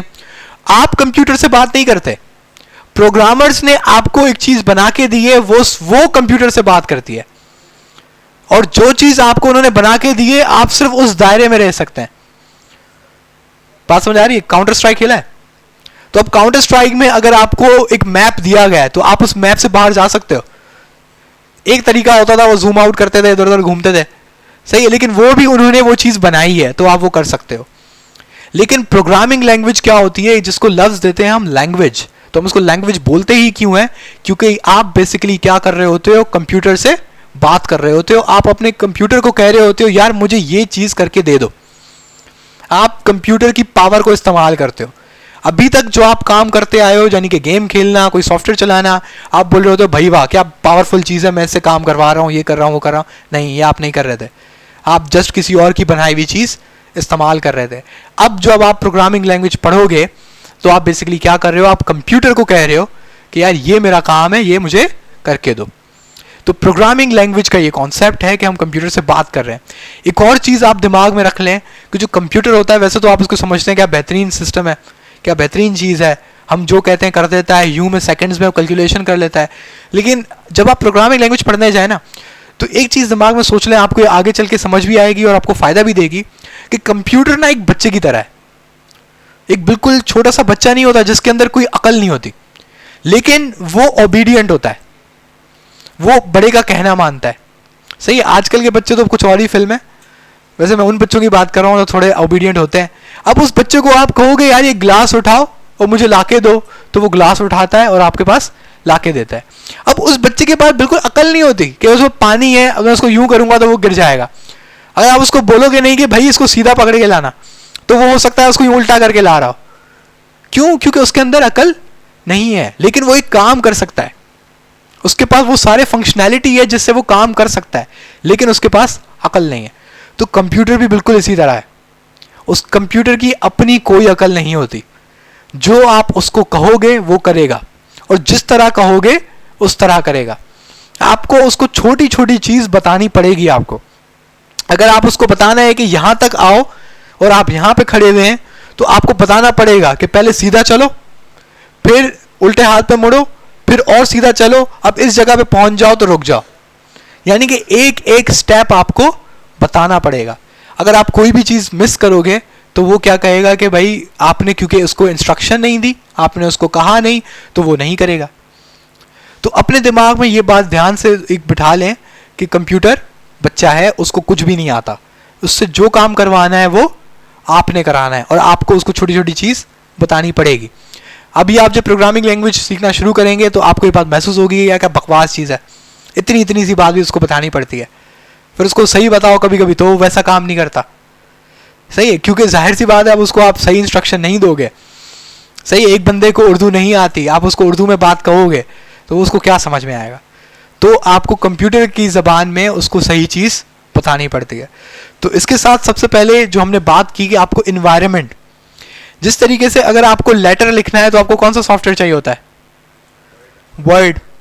आपको कोई मार्कशीट बनानी होती है तो आपको कौन सा सॉफ्टवेयर चाहिए होता है? एक्सेल। आपको फेसबुक चलानी है तो आपको क्या चाहिए? मोबाइल एप्लीकेशन की बात नहीं कर रहा, कंप्यूटर की बात कर रहा, ब्राउजर। सही है, ब्राउजर के बगैर आप facebook.com कहाँ लिखोगे? सही है, यहाँ पे तो नहीं लिख सकते facebook.com। तो इसी तरीके से हम जब सबसे पहले हम गूगल पे जाते हैं, वैसे माइक्रोसॉफ्ट वालों की मैं ब्राउजर इस्तेमाल करके मैं गूगल चला रहा हूँ, तो गूगल पे हम जाके एक लफ्ज़ लिखेंगे VS कोड। पहले किसी ने नाम सुना है? VS कोड का कुछ इस तरह से लोगो होता है। अब ये एक सॉफ्टवेयर है, अब ये सॉफ्टवेयर क्या करता है, इसका क्या काम है, इसको थोड़ी देर में हम देखते हैं। इंपॉर्टेंट ये है कि पहले हम इस VS कोड को डाउनलोड करें और इसको चलाएं। तो सबसे पहले तो आपको ये याद रखना है कि इसका ये लोगो है। उसके बाद आपने गूगल पे क्या लिखा है? VS code. उसके बाद यहाँ पे आपको क्या लिखा हुआ आ रहा है? डाउनलोड। अभी कुछ बच्चे अगेन सोच रहे होंगे क्या पागल आदमी है, इतना भी नहीं आता क्या हमें? तो डाउनलोड। अब डाउनलोड पे आपके पास 3 ऑप्शन आते हैं। एक पहला ये विंडो का से आपका लोगो है, ये किसका है, किसको पता है? ये लिनक्स है। लिनक्स भी एक ऑपरेटिंग सिस्टम, सबको पता है? ये जो आप विंडोज चला रहे हो इसको ऑपरेटिंग सिस्टम कहते हैं। तो आपका जो लिनक्स है वो भी एक ऑपरेटिंग सिस्टम है, और इससे आपका तारुफ कराएंगे और आप फिर पछताओगे कि हमने इसका तारुफ क्यों कराया, लेकिन थोड़ा आगे चल के। सही है, तब तक आप थोड़े पक्के हो जाओगे। उसके बाद ये क्या है? एप्पल। तो एप्पल iOS है, तो ये भी एक ऑपरेटिंग सिस्टम है, अलग से, इनका अलग है। तो हम जाहिर सी बात है, हम गरीब लोग हैं, हम क्या इस्तेमाल करते हैं? विंडोज़ इस्तेमाल करते हैं। तो जब आप इस विंडोज़ पे क्लिक करेंगे तो ये बोलेगा थैंक्स फॉर डाउनलोडिंग, और आपको एक सॉफ्टवेयर जो है डाउनलोड होना शुरू हो जाएगा। हो सकता है आपका नेट इतना अच्छा ना हो, तो हो सकता है आपको थोड़ा ज़्यादा सब्र करना पड़े, लेकिन हमारे पास एक बड़ी कंपनी है, उसके पैसे हैं, तो हम महंगा वाला इंटरनेट इस्तेमाल करते हैं। तो जब ये इंस्टॉल हो गया, तो जिन्होंने गेम्स वगैरह इंस्टॉल किए हैं उनके लिए तो कोई मसला ही कोई नहीं, जिन्होंने गेम्स वगैरह नहीं खेले उनके लिए थोड़ा मसला होगा। तो जब ये चीज़ इंस्टॉल हो गई है, तो हम इसको, आप सब जानते हैं, इसको हम कहते हैं सेटअप। सही है, इससे हम चीज़ कोई भी इंस्टॉल कर सकते हैं। तो जब आप इस पर क्लिक करोगे तो इसका सेटअप खुल जाएगा। जब इसका सेटअप खुला तो हम सबसे पहले क्या कहते हैं, I accept the licence agreement. उसके बाद हम नेक्स्ट क्लिक करते हैं। अभी किसी चीज़ को आपको टच नहीं करना है, सही है, क्योंकि टच करेंगे तो यहाँ पे मसले मसाइल पैदा हो जाएंगे आपके लिए। तो जो चीज़ जैसी है उसको वैसे रहने दें और नेक्स्ट पे क्लिक करें। जिन्होंने अगेन बचपन में बड़े गेम इंस्टॉल किए हैं तो उन सबको पता है कि आंखें बंद करके नेक्स्ट नेक्स्ट नेक्स्ट दबाना होता था, जब तक फिनिश नहीं आता। सही है, कुछ नहीं पता होता था वो बीच में क्या बोल के गए, बस नेक्स्ट करते जाओ। अगर कोई चीज़ गड़बड़ हो गई फिर हम पीछे खोलते थे कि यार कुछ पता नहीं क्या हो गया था। तो नेक्स्ट पे हम लोग आते हैं। अब ये कह रहे हैं इंस्टॉल। अब आप इसको इंस्टॉल को दबाएंगे तो ये जाहिर सी बात इंस्टॉल हो जाएगा आपके पास, वो एक पूरा बार आता है ग्रीन कलर का। अभी मैं नहीं कर रहा क्योंकि मेरे पास ये ऑलरेडी इंस्टॉल हुआ है। जब ये काम आप कर लेंगे तो आपके पास हो सकता है कि यहाँ पर उसका वो लोगो आ जाए। सही है, इस वक्त ये मेरे पास लोगो नहीं है बल्कि है ये रहा। सही है, और इसका नाम क्या लिखा हुआ है, विजुअल स्टूडियो कोड। ये एक ऐसा सॉफ्टवेयर है जो आपको प्रोग्रामिंग लैंग्वेज लिखने में मदद करता है। सही है, क्यों? क्योंकि जाहिर सी बात है अब आपको प्रोग्रामिंग लैंग्वेज आती है, लेकिन आप उसको टाइप किधर करोगे? जैसे आपको लेटर टाइप करने के लिए वर्ड चाहिए, आपको मार्कशीट बनाने के लिए एक्सेल चाहिए, और आपको स्लाइड बनाने के लिए, प्रेजेंटेशन बनाने के लिए आपको पावर पॉइंट चाहिए, आपको ब्राउजर चाहिए facebook.com खोलने के लिए या youtube.com खोलने के लिए। तो इसी तरीके से आप कोड लिखोगे तो, लेकिन कहाँ? तो उसके लिए एक सॉफ्टवेयर है, उसका नाम क्या है, विजुअल स्टूडियो कोड। आप ये बात यहाँ पे थोड़ी सी मुख्तलिफ देखोगे कि ये पहले आपको नॉर्मली नहीं सिखाया जाता। आपके पास जो दूसरे बहुत मैंने देखे हैं ट्यूटोरियल या दूसरे इंस्टीट्यूट जो होते हैं वो आपको नोट पैड पर काम करवाते हैं। वो यहाँ पे आते हैं, नोट पैड देखा है सबने? नोट पैड को इंस्टॉल करने की ज़रूरत नहीं होती, वो पहले से आपके विंडोज़ में होता है। आप नोट पैड पर आते हैं, ये कुछ नोट पैड होता है, और आपको धड़ाधड़ यहीं पे आपके HTML वो शुरू करवा देते हैं। जब आप उनसे पूछते हैं कि जब फिर वो कुछ टाइम के बाद आपको VS कोड पे और अल्टीमेटली आपको ले आते हैं।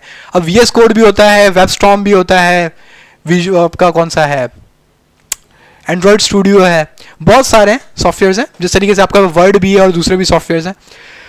तो वो लोग आपको लेकिन शुरू कराते हैं नोट पैड से। और जब आप उनसे कहते हैं कि भाई इतना बेहतरीन VS कोड था तो आपने नोट पैड से शुरू क्यों कराया, तो वो आपसे कहते हैं कि बेटा आपको ना HTML सही सीखनी चाहिए। ठीक है, आपको समझ आए कि एक एक लफ्ज़ कैसे लिखना है, आपको समझ आए कि प्रोग्रामिंग लैंग्वेज कैसे करनी है। तो यार हम फ्रीलांसर बंदे हैं, हम ऐसी चीज़ ढूंढते हैं कि जो आसान हो, जल्दी बने, पैसा जल्दी लाए। ठीक है, मुझे कोई नहीं पड़ी कि मैं इसको बैठ के एक एक लफ्ज़ को टाइप करूं। VS कोड की ख़ास बात क्या है कि आप एक चीज़ लिखोगे, आगे वो सारी चीज़ आपको बता देगा भाई ऐसे करना है। ठीक है, तेज़ है, आसान है, खूबसूरत है। तो इस वजह से मैं पहले ही बोलता हूँ क्या इस्तेमाल कर लो, VS कोड। ये कोई करने की ज़रूरत नहीं है। आप HTML में PhD करके आपको कोई 2 लाख रुपए नहीं देगा। सही है, इवन HTML तो समझ लें कि बिल्कुल स्टार्ट है। जब आप जावास्क्रिप्ट, नोड.js, रिएक्ट पढ़ लोगे तो आपको HTML तो ऐसे हो जाएगी तो आप बोलोगे ये तो बच्चों का काम था, ये हम कहाँ फंसे हुए होते थे। सही है, तो इस पर ज़्यादा टाइम लगाना फजूल है। इस वजह से हम सबसे पहले क्या इस्तेमाल कर रहे हैं, विजुअल स्टूडियो कोड, ताकि हमारी ज़िंदगी थोड़ी आसान हो जाए। जब आपकी विजुअल स्टूडियो कोड का आपको यहाँ पे लोगो मिल जाए, जिन बच्चों को ये लोगो नज़र नहीं आए तो ये स्टार्ट मेनू कहलाता है। ये थोड़ा सा नीचे है लेकिन सबके पास होगा ये। जब आप स्टार्ट मेनू में आते हैं तो यहाँ पे आप लिख सकते हैं विजुअल। जब आप विजुअल लिखेंगे तो भी यहाँ पे आपको विजुअल स्टूडियो कोड दिख जाता है। जब ये आपको सॉफ्टवेयर दिख गया तो आप इसको यहाँ से ओपन करें या आप इसको यहाँ से ओपन करें, आपकी मर्जी है। और पीछे जो बच्चे हैं यार बात ना करें वरना बाहर चले जाएं। आप विजुअल स्टूडियो कोड पे जब आप क्लिक करेंगे तो एक बिल्कुल रूखा सूखा सा सॉफ्टवेयर आपके सामने आएगा जो शुरू में आपको कख पता नहीं लगेगा कि वो क्या कर रहा है। सही है, नॉर्मली कुछ ऐसा दिखता है। तो जब आप इसको डबल क्लिक करेंगे तो आपके पास यहाँ पे कुछ आपको बटन्स दिखेंगे। इनमें से हो सकता है कुछ बटन आपको ना दिखें, लेकिन ये बटन्स आपको अभी क्यों दिख रहे हैं वो हम आपको थोड़ा आगे चल के बताएंगे। सही है, और आपके भी ब्राउज़र में, सॉरी ब्राउज़र बोल रहा हूँ, विजुअल स्टूडियो में या VS कोड में, वैसे नाम याद रख लें VS कोड में ये सारे बटन्स आपको दिखेंगे। और आपको टाइटल बार या मेन्यू बार तो आपको पता होगा, मैट्रिक की है ना सबने, कंप्यूटर साइंस पढ़ी थी? किसी ने कंप्यूटर साइंस पढ़ी है मैट्रिक की? नहीं, तो कंप्यूटर साइंस की जो है उसकी मैट्रिक की जो कंप्यूटर साइंस है उसमें ये सारी बातें ना वो बताई हुई होती हैं। ये इसको मेन्यू बार कहते हैं, इसको टास्क बार कहते हैं। तो ये छोटी मोटी चीज़ें उसमें पढ़ाई जाती हैं। खैर, तो ये हमारा विजुअल स्टूडियो कोड है। अब सबसे पहले इसको हम इस्तेमाल कैसे करेंगे, इसका क्या काम है, इधर शुरू करते हैं। जिन्होंने माइक्रोसॉफ्ट वर्ड इस्तेमाल किया हुआ है उनको थोड़ा सा आइडिया होगा कि ऊपर आपको फाइल का एक लिखा हुआ कुछ दिख रहा है, ये मेन्यू है। और जब आप इस फाइल पे क्लिक को रखेंगे और क्लिक करेंगे तो आपके पास एक पूरा मेन्यू खुलता है, सारे आपके ऑप्शंस खुलते हैं। अभी आपको लगेगा इतने सारे ऑप्शंस हैं, हम तो ज़िंदगी में कभी भी नहीं इसको सीख पाएंगे, लेकिन यकीन करें आप HTML CSS को क्रॉस करेंगे तो आपको ये ऐसा पक्का हो जाएगा कि आप बोलेंगे कि यार ये भी कोई सीखने की चीज़ है। और लेकिन अभी आपको थोड़ा बहुत लग रहा होगा यार ये बड़ा मुश्किल है, लेकिन जब आप फिर ये सब पढ़ने के बाद, थोड़ा आगे चलने के बाद जब पीछे वीडियो देखेंगे तो आप बोलेंगे यार ये क्या फजूल चीज़ हम पढ़ते थे। लेकिन शुरू मुश्किल होता है। अब हम इसको स्टार्ट करने के लिए सबसे पहले ये सबसे इम्पॉर्टेंट बटन है जो आपको शुरू में सबसे ज़्यादा इस्तेमाल होगा। इसको वो क्या कह रहा है? एक्सप्लोरर। क्या कह रहे हैं? एक्सप्लोरर। आपको विंडोज़ में फोल्डर्स आप सबने देखे हैं? जब आप माय कंप्यूटर में जाते हैं या ये नीचे एक फोल्डर का ऑप्शन बना होता है तो आपके पास ये खुलता है, ये सबने देखा हुआ है। बेसिकली इस चीज़ का जो नाम है वो एक्सप्लोरर है। क्या है? एक्सप्लोरर। इसको हम फाइल मैनेजर कहते हैं मोबाइल में। जब मोबाइल में कोई एप्लीकेशन होती है जो आपको सारे फाइल्स एंड फोल्डर्स दिखाता है मोबाइल में, हम उसको फाइल मैनेजर कहते हैं। अगर यही चीज़ यहाँ हो तो उसको हम क्या कहते हैं? एक्सप्लोरर। एक्सप्लोरर क्या होता है? आपके कंप्यूटर पे जो भी फोल्डर्स हैं, जो भी फाइल्स हैं, वो आपको दिखाता है। कोई यहां पर ऐसा है जिसको फोल्डर्स का ना पता हो? सबको पता है फोल्डर क्या होता है? देखो शर्माओ नहीं, लड़कियां नहीं है यहाँ, टेंशन नहीं है। जो चीज़ नहीं आ रही पूछ लो। सही है, थोड़ी बहुत बेइज्जती होगी तो सारे लड़के ही हैं, तुम लोगों को क्या टेंशन है? अगर टेंशन है तो फिर मुझे टेंशन है कि आपको क्यों टेंशन है। सही है, तो फोल्डर्स अब सबको पता है। तो फाइल्स एंड फोल्डर्स जो आपको दिखाता है, जो आपको बताता है, उसको हम क्या कहते हैं? एक्सप्लोरर। तो ये विंडोज़ का एक्सप्लोरर है और ये किसका एक्सप्लोरर है? VS कोड का। यानी कि यहाँ पे आप मैनेज करोगे कि आपको कौन सा फोल्डर बनाना है, कौन सी फाइल बनानी है, किस फोल्डर में जाना है, किस फोल्डर में नहीं जाना है, सारा काम यहीं से होगा। अब जैसे कि आपने ये ओपन किया तो पहले से किसी ने 2 फाइलें बनाई हुई हैं। एक काम करते हैं, फिलहाल इसको बंद करते हैं और इसको भी बंद करते हैं। हम आते हैं अपने डेस्कटॉप पे। सबसे आसान जगह यही होती है कि सबसे पहले यही दिखती है। हम यहाँ पे बनाते हैं एक नया फोल्डर, एक न्यू फोल्डर बनाते हैं। हम इसका नाम देते हैं वेब एंड ऐप। आप 4 हैं 5 हैं? आपको बैच नंबर बताया उन्होंने? आई थिंक आप मेरे बैच 4 हैं, तो हम आपको देते हैं 4। तो मैंने एक सिंपल फोल्डर बनाया, उसका नाम क्या रखा है? Web and app 4। तो अब हम VS कोड दोबारा खोलते हैं। हम यहाँ टास्क बार में आते हैं, बल्कि ये सामने खुला हुआ है, इसको डबल क्लिक करते हैं तो ये फाइल खुल जाएगी। अब आप देख रहे हैं कि आपको ये चीज़ वो पहले सबसे पहले दिखाता है। ठीक है, यहाँ पे वो कह रहा है स्टार्ट। शुरू करें कहाँ से? एक न्यू फाइल बना लें या एक कोई फाइल खोल लें या क्या खोल लें? फोल्डर। अब आपकी मर्जी है, आप कौन सा भी ऑप्शन सेलेक्ट करें। लेकिन कभी कभार ये स्क्रीन नहीं दिखती तो परेशान मत होइएगा कि अब ये हम कहाँ से ओपन करेंगे।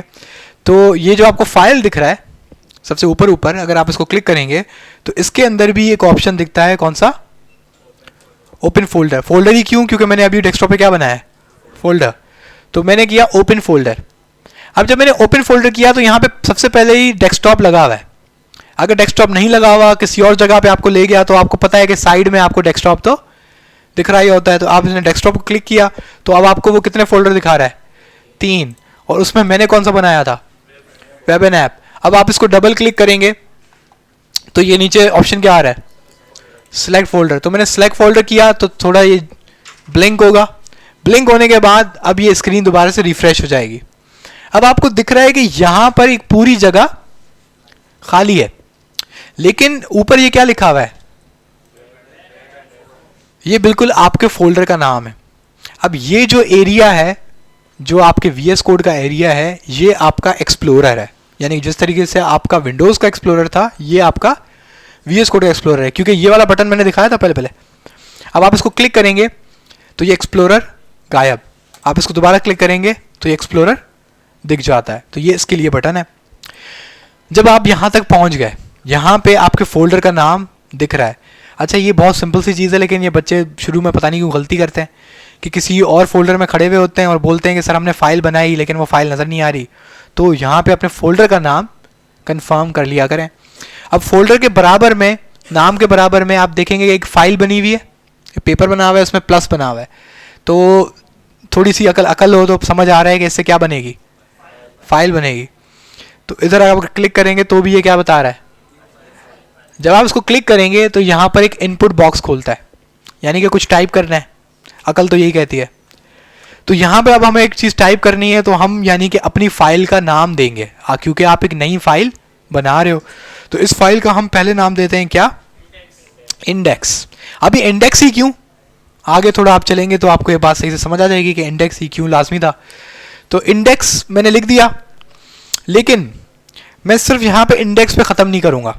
इसके बाद में क्या लगाऊंगा, डॉट, और डॉट के बाद में क्या लिखूंगा, HTML।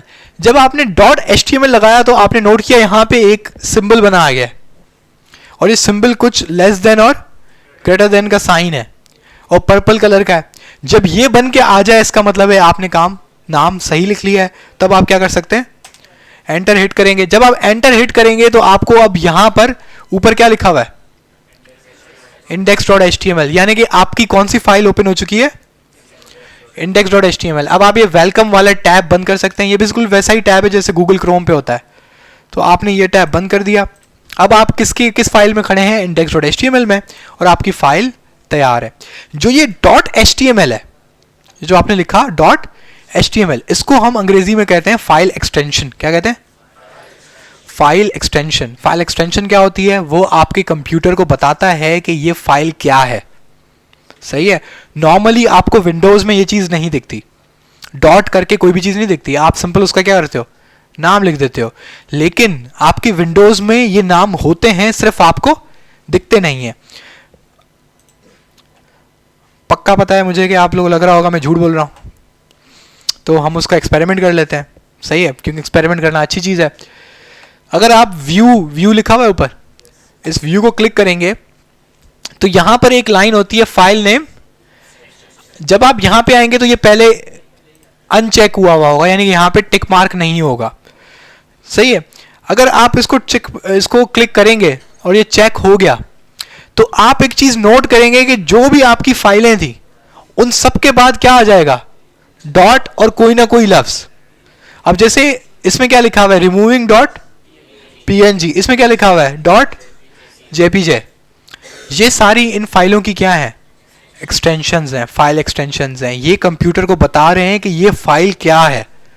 सही है। jpg, png ये इमेज की एक्सटेंशन है, यानी कि ये कंप्यूटर को बताता है कि क्या चीज है, इमेज है।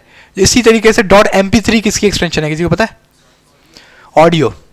सही है। ऑडियो की दो सबसे पॉपुलर है, .mp3 भी है और .wav भी है, WAV। उसके बाद वीडियोस, किसी को पता है वीडियो की एक्सटेंशन क्या होती है, .mp4।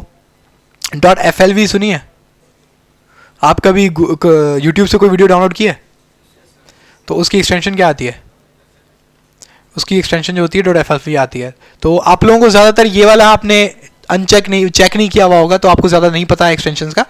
लेकिन अगर आप घर जाके इसको अभी आप बोलेंगे कि खुशी से कि हम सबकी फाइलों की एक्सटेंशन देखेंगे, तो फिलहाल ना करें।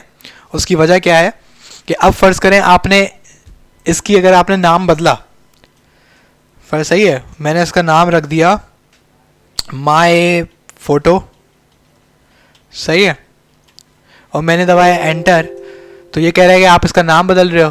मैंने कहा यस। अब मैंने नाम बदला तो वो फ़ोटो गायब हो गई। उसकी वजह क्या है कि गलती से मैंने उसका क्या रिमूव कर दिया, एक्सटेंशन। यही वजह है कि विंडोज़ आपको एक्सटेंशंस नहीं दिखाता, क्योंकि उसको पता है कि ये पागल हैं सारे।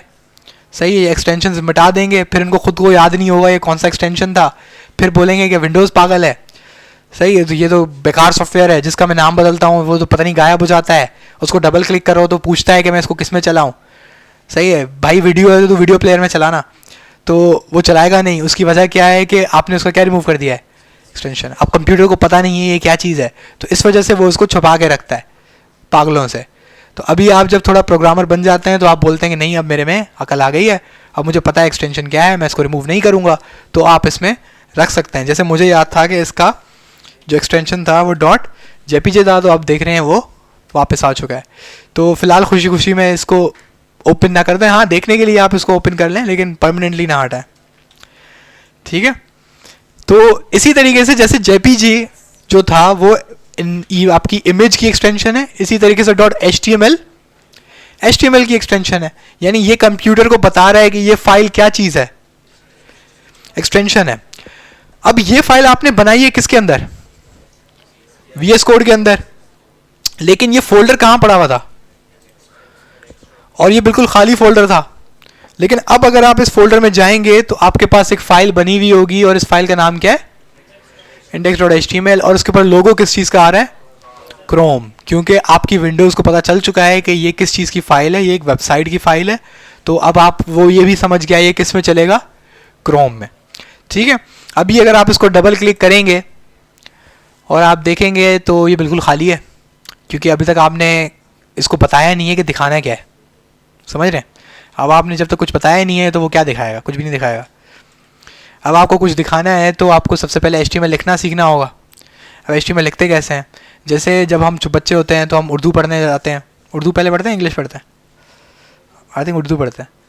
तो हमें सबसे पहले टीचर बोलती हैं अलिफ बे पे, तो हुर्फ तहजी पहले पढ़ी जाती है। फिर हम लोग जब ABCD में आते हैं थोड़े अंग्रेज़ बनते हैं तो ABC, लेकिन हमें 12 साल हो जाते हैं लेकिन सही अंग्रेज़ी हम समझ नहीं पाते।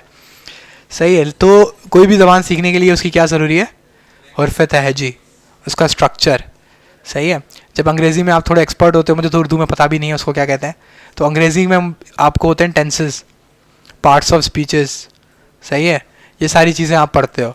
तो ये बेसिकली क्या है, सारा स्ट्रक्चर, किसी भी लैंग्वेज का स्ट्रक्चर सबसे पहले स्टार्ट होता है हुर्फ तहजी से। तो इसी तरीके से जो प्रोग्रामिंग लैंग्वेजेस हैं उनकी शुरुआत होती है सिंटैक्स से। किस चीज़ से, सिंटैक्स। अब सिंटैक्स आप सोच रहे होगे ये कूल बनने के लिए ना बड़े बड़े अंग्रेज़ी के लफ्ज़ मार रहा है। सही है, ऐसा कोई बात नहीं है। मैं चाहता हूँ कि आप ये लफ्ज़ सीखें ताकि आप जब एक प्रोग्रामर बन जाएं तो आपसे कोई पूछे कि भाई क्या करते हो, तो आप बोल दो कि भाई हम प्रोग्रामर हैं। और जब वो आपसे बात करे और आप उसको भी ऐसे ऐसे लफ्ज़ मारो तो उसको लगेगा हाँ यार ये वाकई प्रोग्रामर है। सही है, इसको तो आता है, भले आपको लिखना वखना कुछ भी ना आता हो, बस वो, लेकिन ज़बान का जो होता है ना खेल वो बड़ा ख़तरनाक होता है। तो आपको ये लफ्ज़ याद होने चाहिए। और मुझे पता है कि यहाँ पे बहुत सारे होंगे बोलेंगे हमें अंग्रेज़ी बोलना तो आती नहीं है, लफ्ज़ का खाक हम याद रखेंगे। तो सुन सुन के तो एक छोटा सा बच्चा भी बोलना शुरू हो जाता है। सही है, तो आप तो इंसान हो फिर भी, तो आपको भी आ जाएगा। तो सबसे पहले जो चीज़ हम पढ़ेंगे वो क्या है, सिंटैक्स। और सिंटैक्स क्या होता है, किसी लैंग्वेज का स्ट्रक्चर। जो HTML है, जो हम पहली लैंग्वेज अभी पढ़ने जा रहे हैं, उसका जो स्ट्रक्चर है उसके अंदर दो चीज़ें आपको सबसे ज़्यादा दिखती हैं। वो क्या है, लेस देन और ग्रेटर देन। ये बेसिकली HTML की पहचान है। जहाँ पे आपको ये चीज़ दिखा आप समझ जाएं वो क्या है, HTML। तो ये आपके पास HTML की पहचान है। लेकिन HTML जो बनी हुई होती है वो बनी हुई होती है टैग से। जिस तरीके से कोई अंग्रेज़ी है वो किससे बनती है, सेंटेंसेस से, इसी तरीके से जो हमारी HTML है वो किससे बनती है, टैग्स। लफ्ज़ है टैग्स, TAGS। सही है, उर्दू में मुझे लिखना नहीं आता तो मैं बराए मेहरबानी माजरत। तो टैग्स क्या होते हैं, टैग्स अंग्रेज़ी के कुछ लफ्ज़ होते हैं जो छुपे हुए होते हैं लेस देन और ग्रेटर देन में से। अब टैग्स के दो हिस्से होते हैं। अब ये जो आपके सामने अभी मैंने बला लिखी है, ये कोई ख़तरनाक चीज़ नहीं है, बहुत सिंपल सी चीज़ है। इसके बीच में क्या लिखा हुआ है, अंग्रेज़ी का एक लफ्ज़ है, जैसा मैंने कहा किसी को पता है HTML का फुल फॉर्म क्या है? हाइपर टेक्स्ट मार्कअप लैंग्वेज, सही है, hyper text markup language. Hyper text जो है, जो दो लफ्ज हैं, वो कहते हैं कि एक ऐसी लिखावट, टेक्स्ट लिखावट को कहते हैं, और हाइपर इस चीज को कहते हैं कि आप उस लिखावट पे क्लिक करें तो वो आपको किसी और जगह पे ले जाए, यानी वो किसी और चीज से कनेक्टेड हो, उसको हम क्या कहते हैं? Hyper text. मार्कअप कहते हैं, मार्कअप अंग्रेजी का लफ्ज है, जरूरी नहीं वो सिर्फ प्रोग्रामिंग लैंग्वेजेस के लिए हो। मार्कअप एक प्रॉपर अंग्रेजी का लफ्ज है, वो आप हर उस चीज को कहते हो जो कोई आप चीज दिखाने के लिए बनाओ, सही है। जब आपको कोई चीज आप बनाओ या लिखो, किस चीज के लिए? दिखाने के लिए, उसको आप क्या कहते हो? मार्कअप। और अगला लफ्ज क्या था? Language. Hyper text markup language, ऐसी जबान, उल्टा आता है, लैंग्वेज सबसे पहले, ऐसी जबान जो दिखाए जाने के लिए लिखी जाए, मार्कअप, सही है, जिसमें हाइपर टेक्स्ट हो, यानी एक ऐसी टेक्स्ट हो, एक ऐसी लिखावट हो जिस पे आप क्लिक करें तो वो दूसरी जगह ले जाए। और ये आप वेबसाइट्स में रोज देखते हैं। आप वेबसाइट्स में आपके पास बटन ही बटन होते हैं, आप इस चीज पर क्लिक करें आप वहां चले जाएंगे, आप उस चीज पर क्लिक करें आप वहां चले जाएंगे, सही है। तो ये सब आप, लेकिन उल्टा सीधा क्लिक ना करें, पता नहीं कहां चले जाएं आप। तो HTML आपके पास जो है, इसकी किससे बनी हुई है? टैग से। तो टैग्स एक अंग्रेजी का लफ्ज होता है जो रैप हुआ हुआ होता है। रैप का मतलब समझ रहे हो? सही है, लपेटा हुआ हो, वो लपेटा हुआ होता है किससे? लेस देन और ग्रेटर देन के। तो ये एक टैग है, लेकिन टैग के दो हिस्से होते हैं, एक होता है उसका स्टार्ट और एक होता है एंडिंग। स्टार्ट और एंडिंग में ज्यादा कोई फर्क नहीं होता, उनके बीच में लफ्ज सेम लिखा हुआ होता है, उनका शुरू और आखिर एक जैसा होता है। फर्क होता है इस चीज का, इसको हम क्या कहते हैं?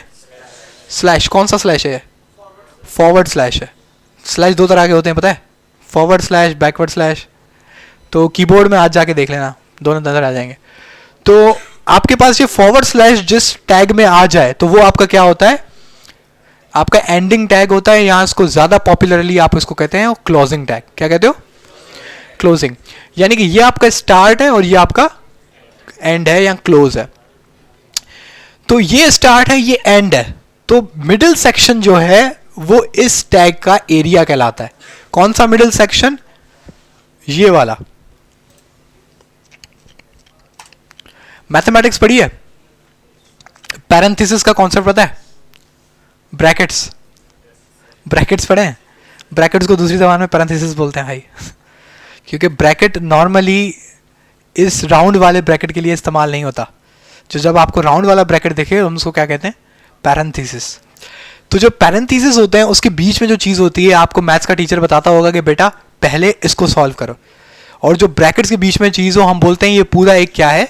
ग्रुप है। एक ग्रुप होता है वो पूरा, सही है। इसी तरीके से ये HTML का स्टार्ट, ये HTML का एंड। अब इसके बीच में मैं जो भी चीज लिखूंगा वो उसका ताल्लुक किससे है? इस HTML के टैग से है। यानी अगर ये HTML कोई ना कोई काम करता है तो उसकी ताकत कहां तक है? यहां से शुरू होकर यहां पे खत्म हो गई। इसके बाहर उसका कोई असर नहीं होगा, इससे पहले उसका कोई असर नहीं होगा। अगर आप चाहते हैं कि आपका जो काम है उस पर HTML का असर हो तो आपको वो चीज कहां लिखनी पड़ेगी? बीच में। तो आपकी HTML की जो शुरुआत है वो इस पहले टैग से होती है। ये आपका पहला टैग है जिसको हम क्या कहते हैं? HTML tag. ये सिंपल आप इसको बताने जा रहे हैं ब्राउजर को। अब आप किससे बात कर रहे हैं? ब्राउजर से। ब्राउजर कंप्यूटर पे चलता है। तो आप ब्राउजर को कह रहे हैं कि मैं क्या लिखने जा रहा हूं? HTML। अब आप एक सवाल कर सकते हैं कि भाई ऊपर भी तो .html लिखा था, तो दोबारा उसको बताने की क्या जरूरत है? तो आप सिर्फ 1-1.5 महीना सब्र करें, आपको इसके बाद इसका जवाब मिल जाएगा कि ऐसा क्यों है। तो HTML है। अब जब मैंने इसमें कोई भी चीज टाइप की इस फाइल के अंदर, ये जो भी चीज टाइप हो रही है इस फाइल में हो रही है, मैंने जब कोई चीज टाइप की तो यहां पे क्या बन के आ गया? एक डॉट बन के आया है व्हाइट कलर का। जरा इसको नोट कीजिएगा, अगर मैं सब मिटा दूं ये तो वो डॉट गायब हो गया, सही, वो क्रॉस बन चुका है। अब मैं अगर उसमें कुछ भी टाइप करूं तो वो क्या हो गया? डॉट बन के आ चुका है। इसका मतलब ये आपको बता रहा है कि जो भी चीज अभी आपने लिखी है वो आपने लिख तो ली है लेकिन अभी तक वो सेव नहीं हुई। बात समझ रहे हैं? तो आप जो भी चीज लिखेंगे आपको उसको पहले क्या करना पड़ेगा? सेव। अब इसको ऑटोमेटिक भी बनाया जा सकता है लेकिन फिलहाल अभी आप ऑटोमेटिक ना करें ताकि आपको फर्क समझ आए।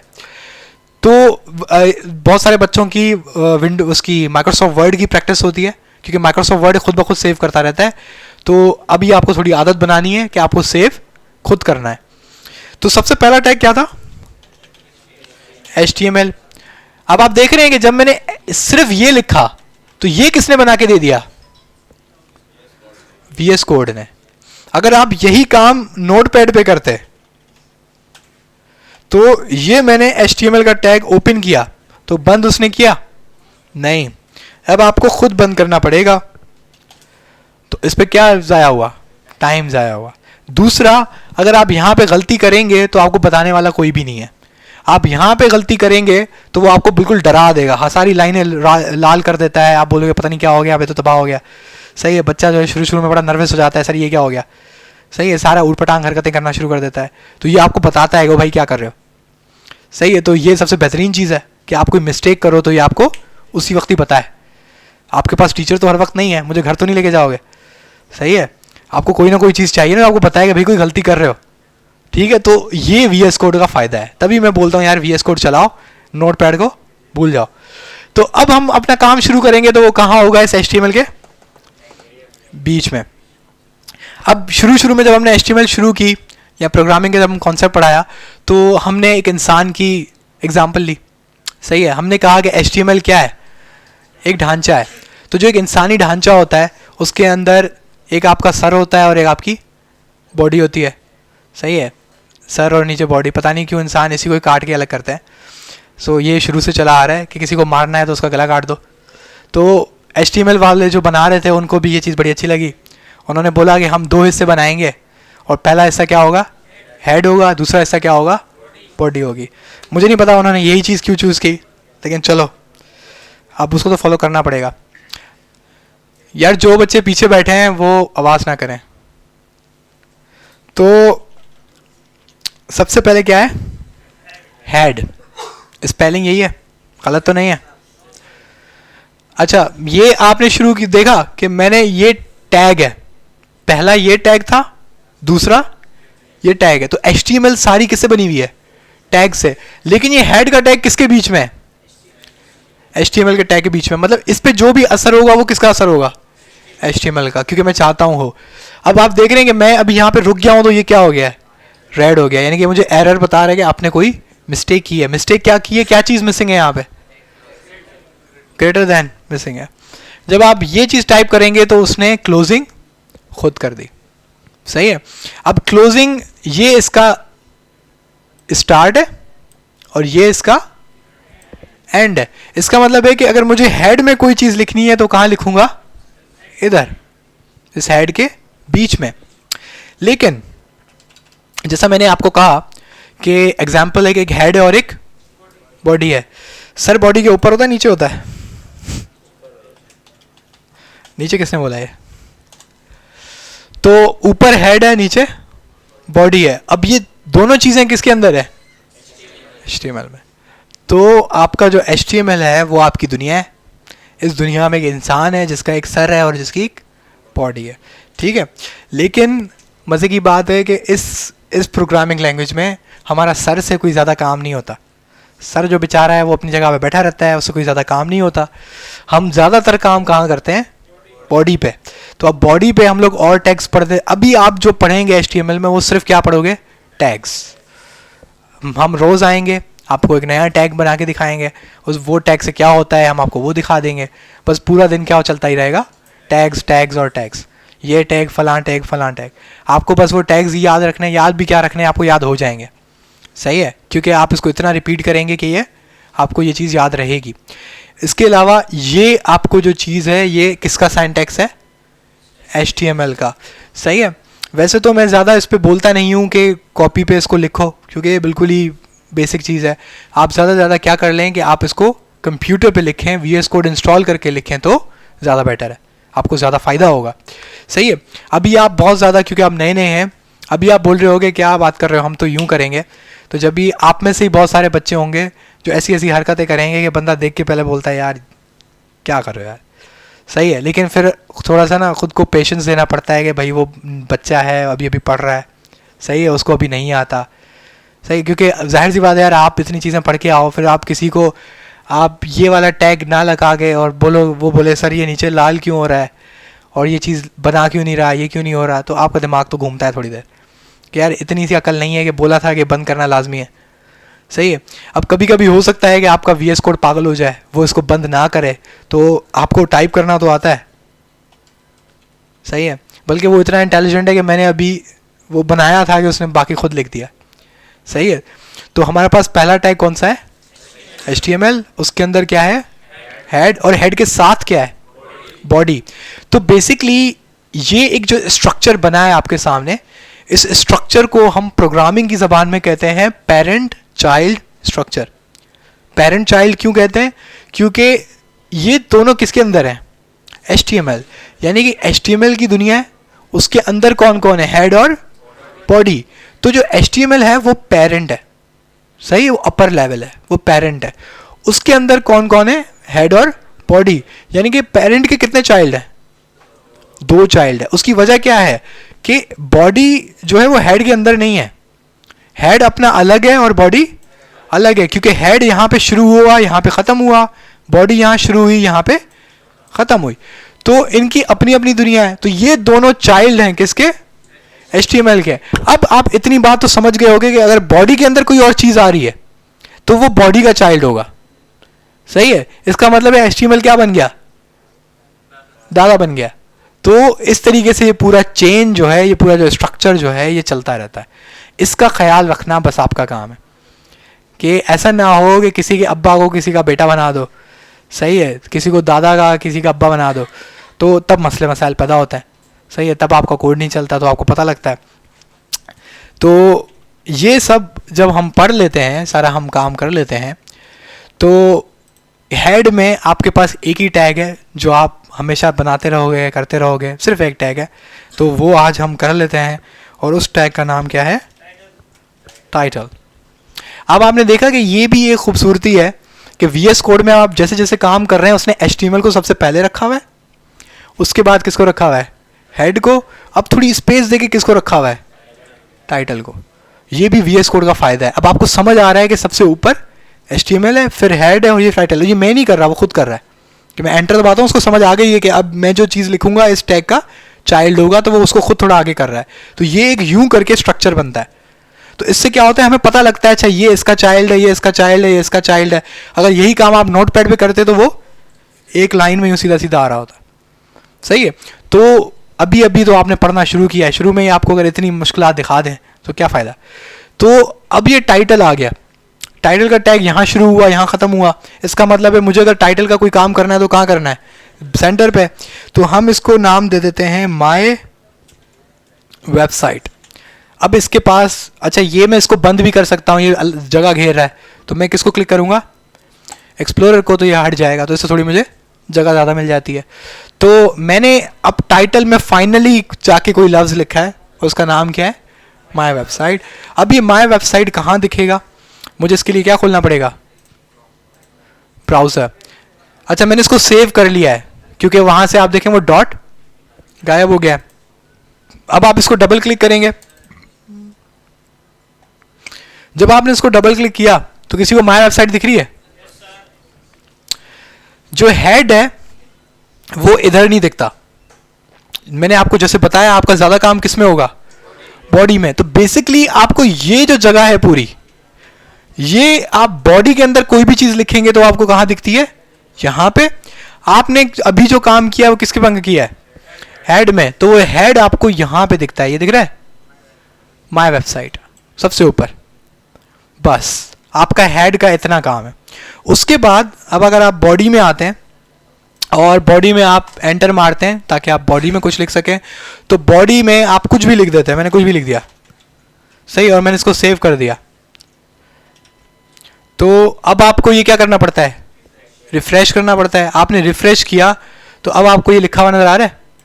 ये वही चीज़ है जो मैंने यहाँ पे लिखी है। तो ये चीज़ मुझे किस में दिखी? बॉडी में। और ये कहाँ पे दिख रही है? हेड पे। तो जो इसका मतलब है आप हेड में चीज़ लिखोगे वो यहाँ पे दिखेगी, और जो आप बॉडी में लिखोगे वो आपको यहाँ पे दिखेगी। और जैसा कि आप जानते हैं कि आप वहाँ पे तो मुश्किल से ही कोई चीज़ देखते हैं। आप ज़्यादातर काम या ज़्यादातर वेबसाइट है वो कहाँ होती है? बल्कि होती ही यहाँ है। तो इसका मतलब है कि जो आपकी बॉडी है वो आपका मेन टैग है। आपका सबसे ज़्यादा जो टाइम लगेगा, सबसे ज़्यादा जो काम होगा वो किस में होगा? बॉडी में होगा। एक काम करते हैं, आज के लिए इतना रखते हैं ताकि आप घर जाएं, आप VS कोड इंस्टॉल करें और आप यहाँ तक आ जाएं। सही है। हमारे पास YouTube का चैनल भी है। अगर आप YouTube पे जाके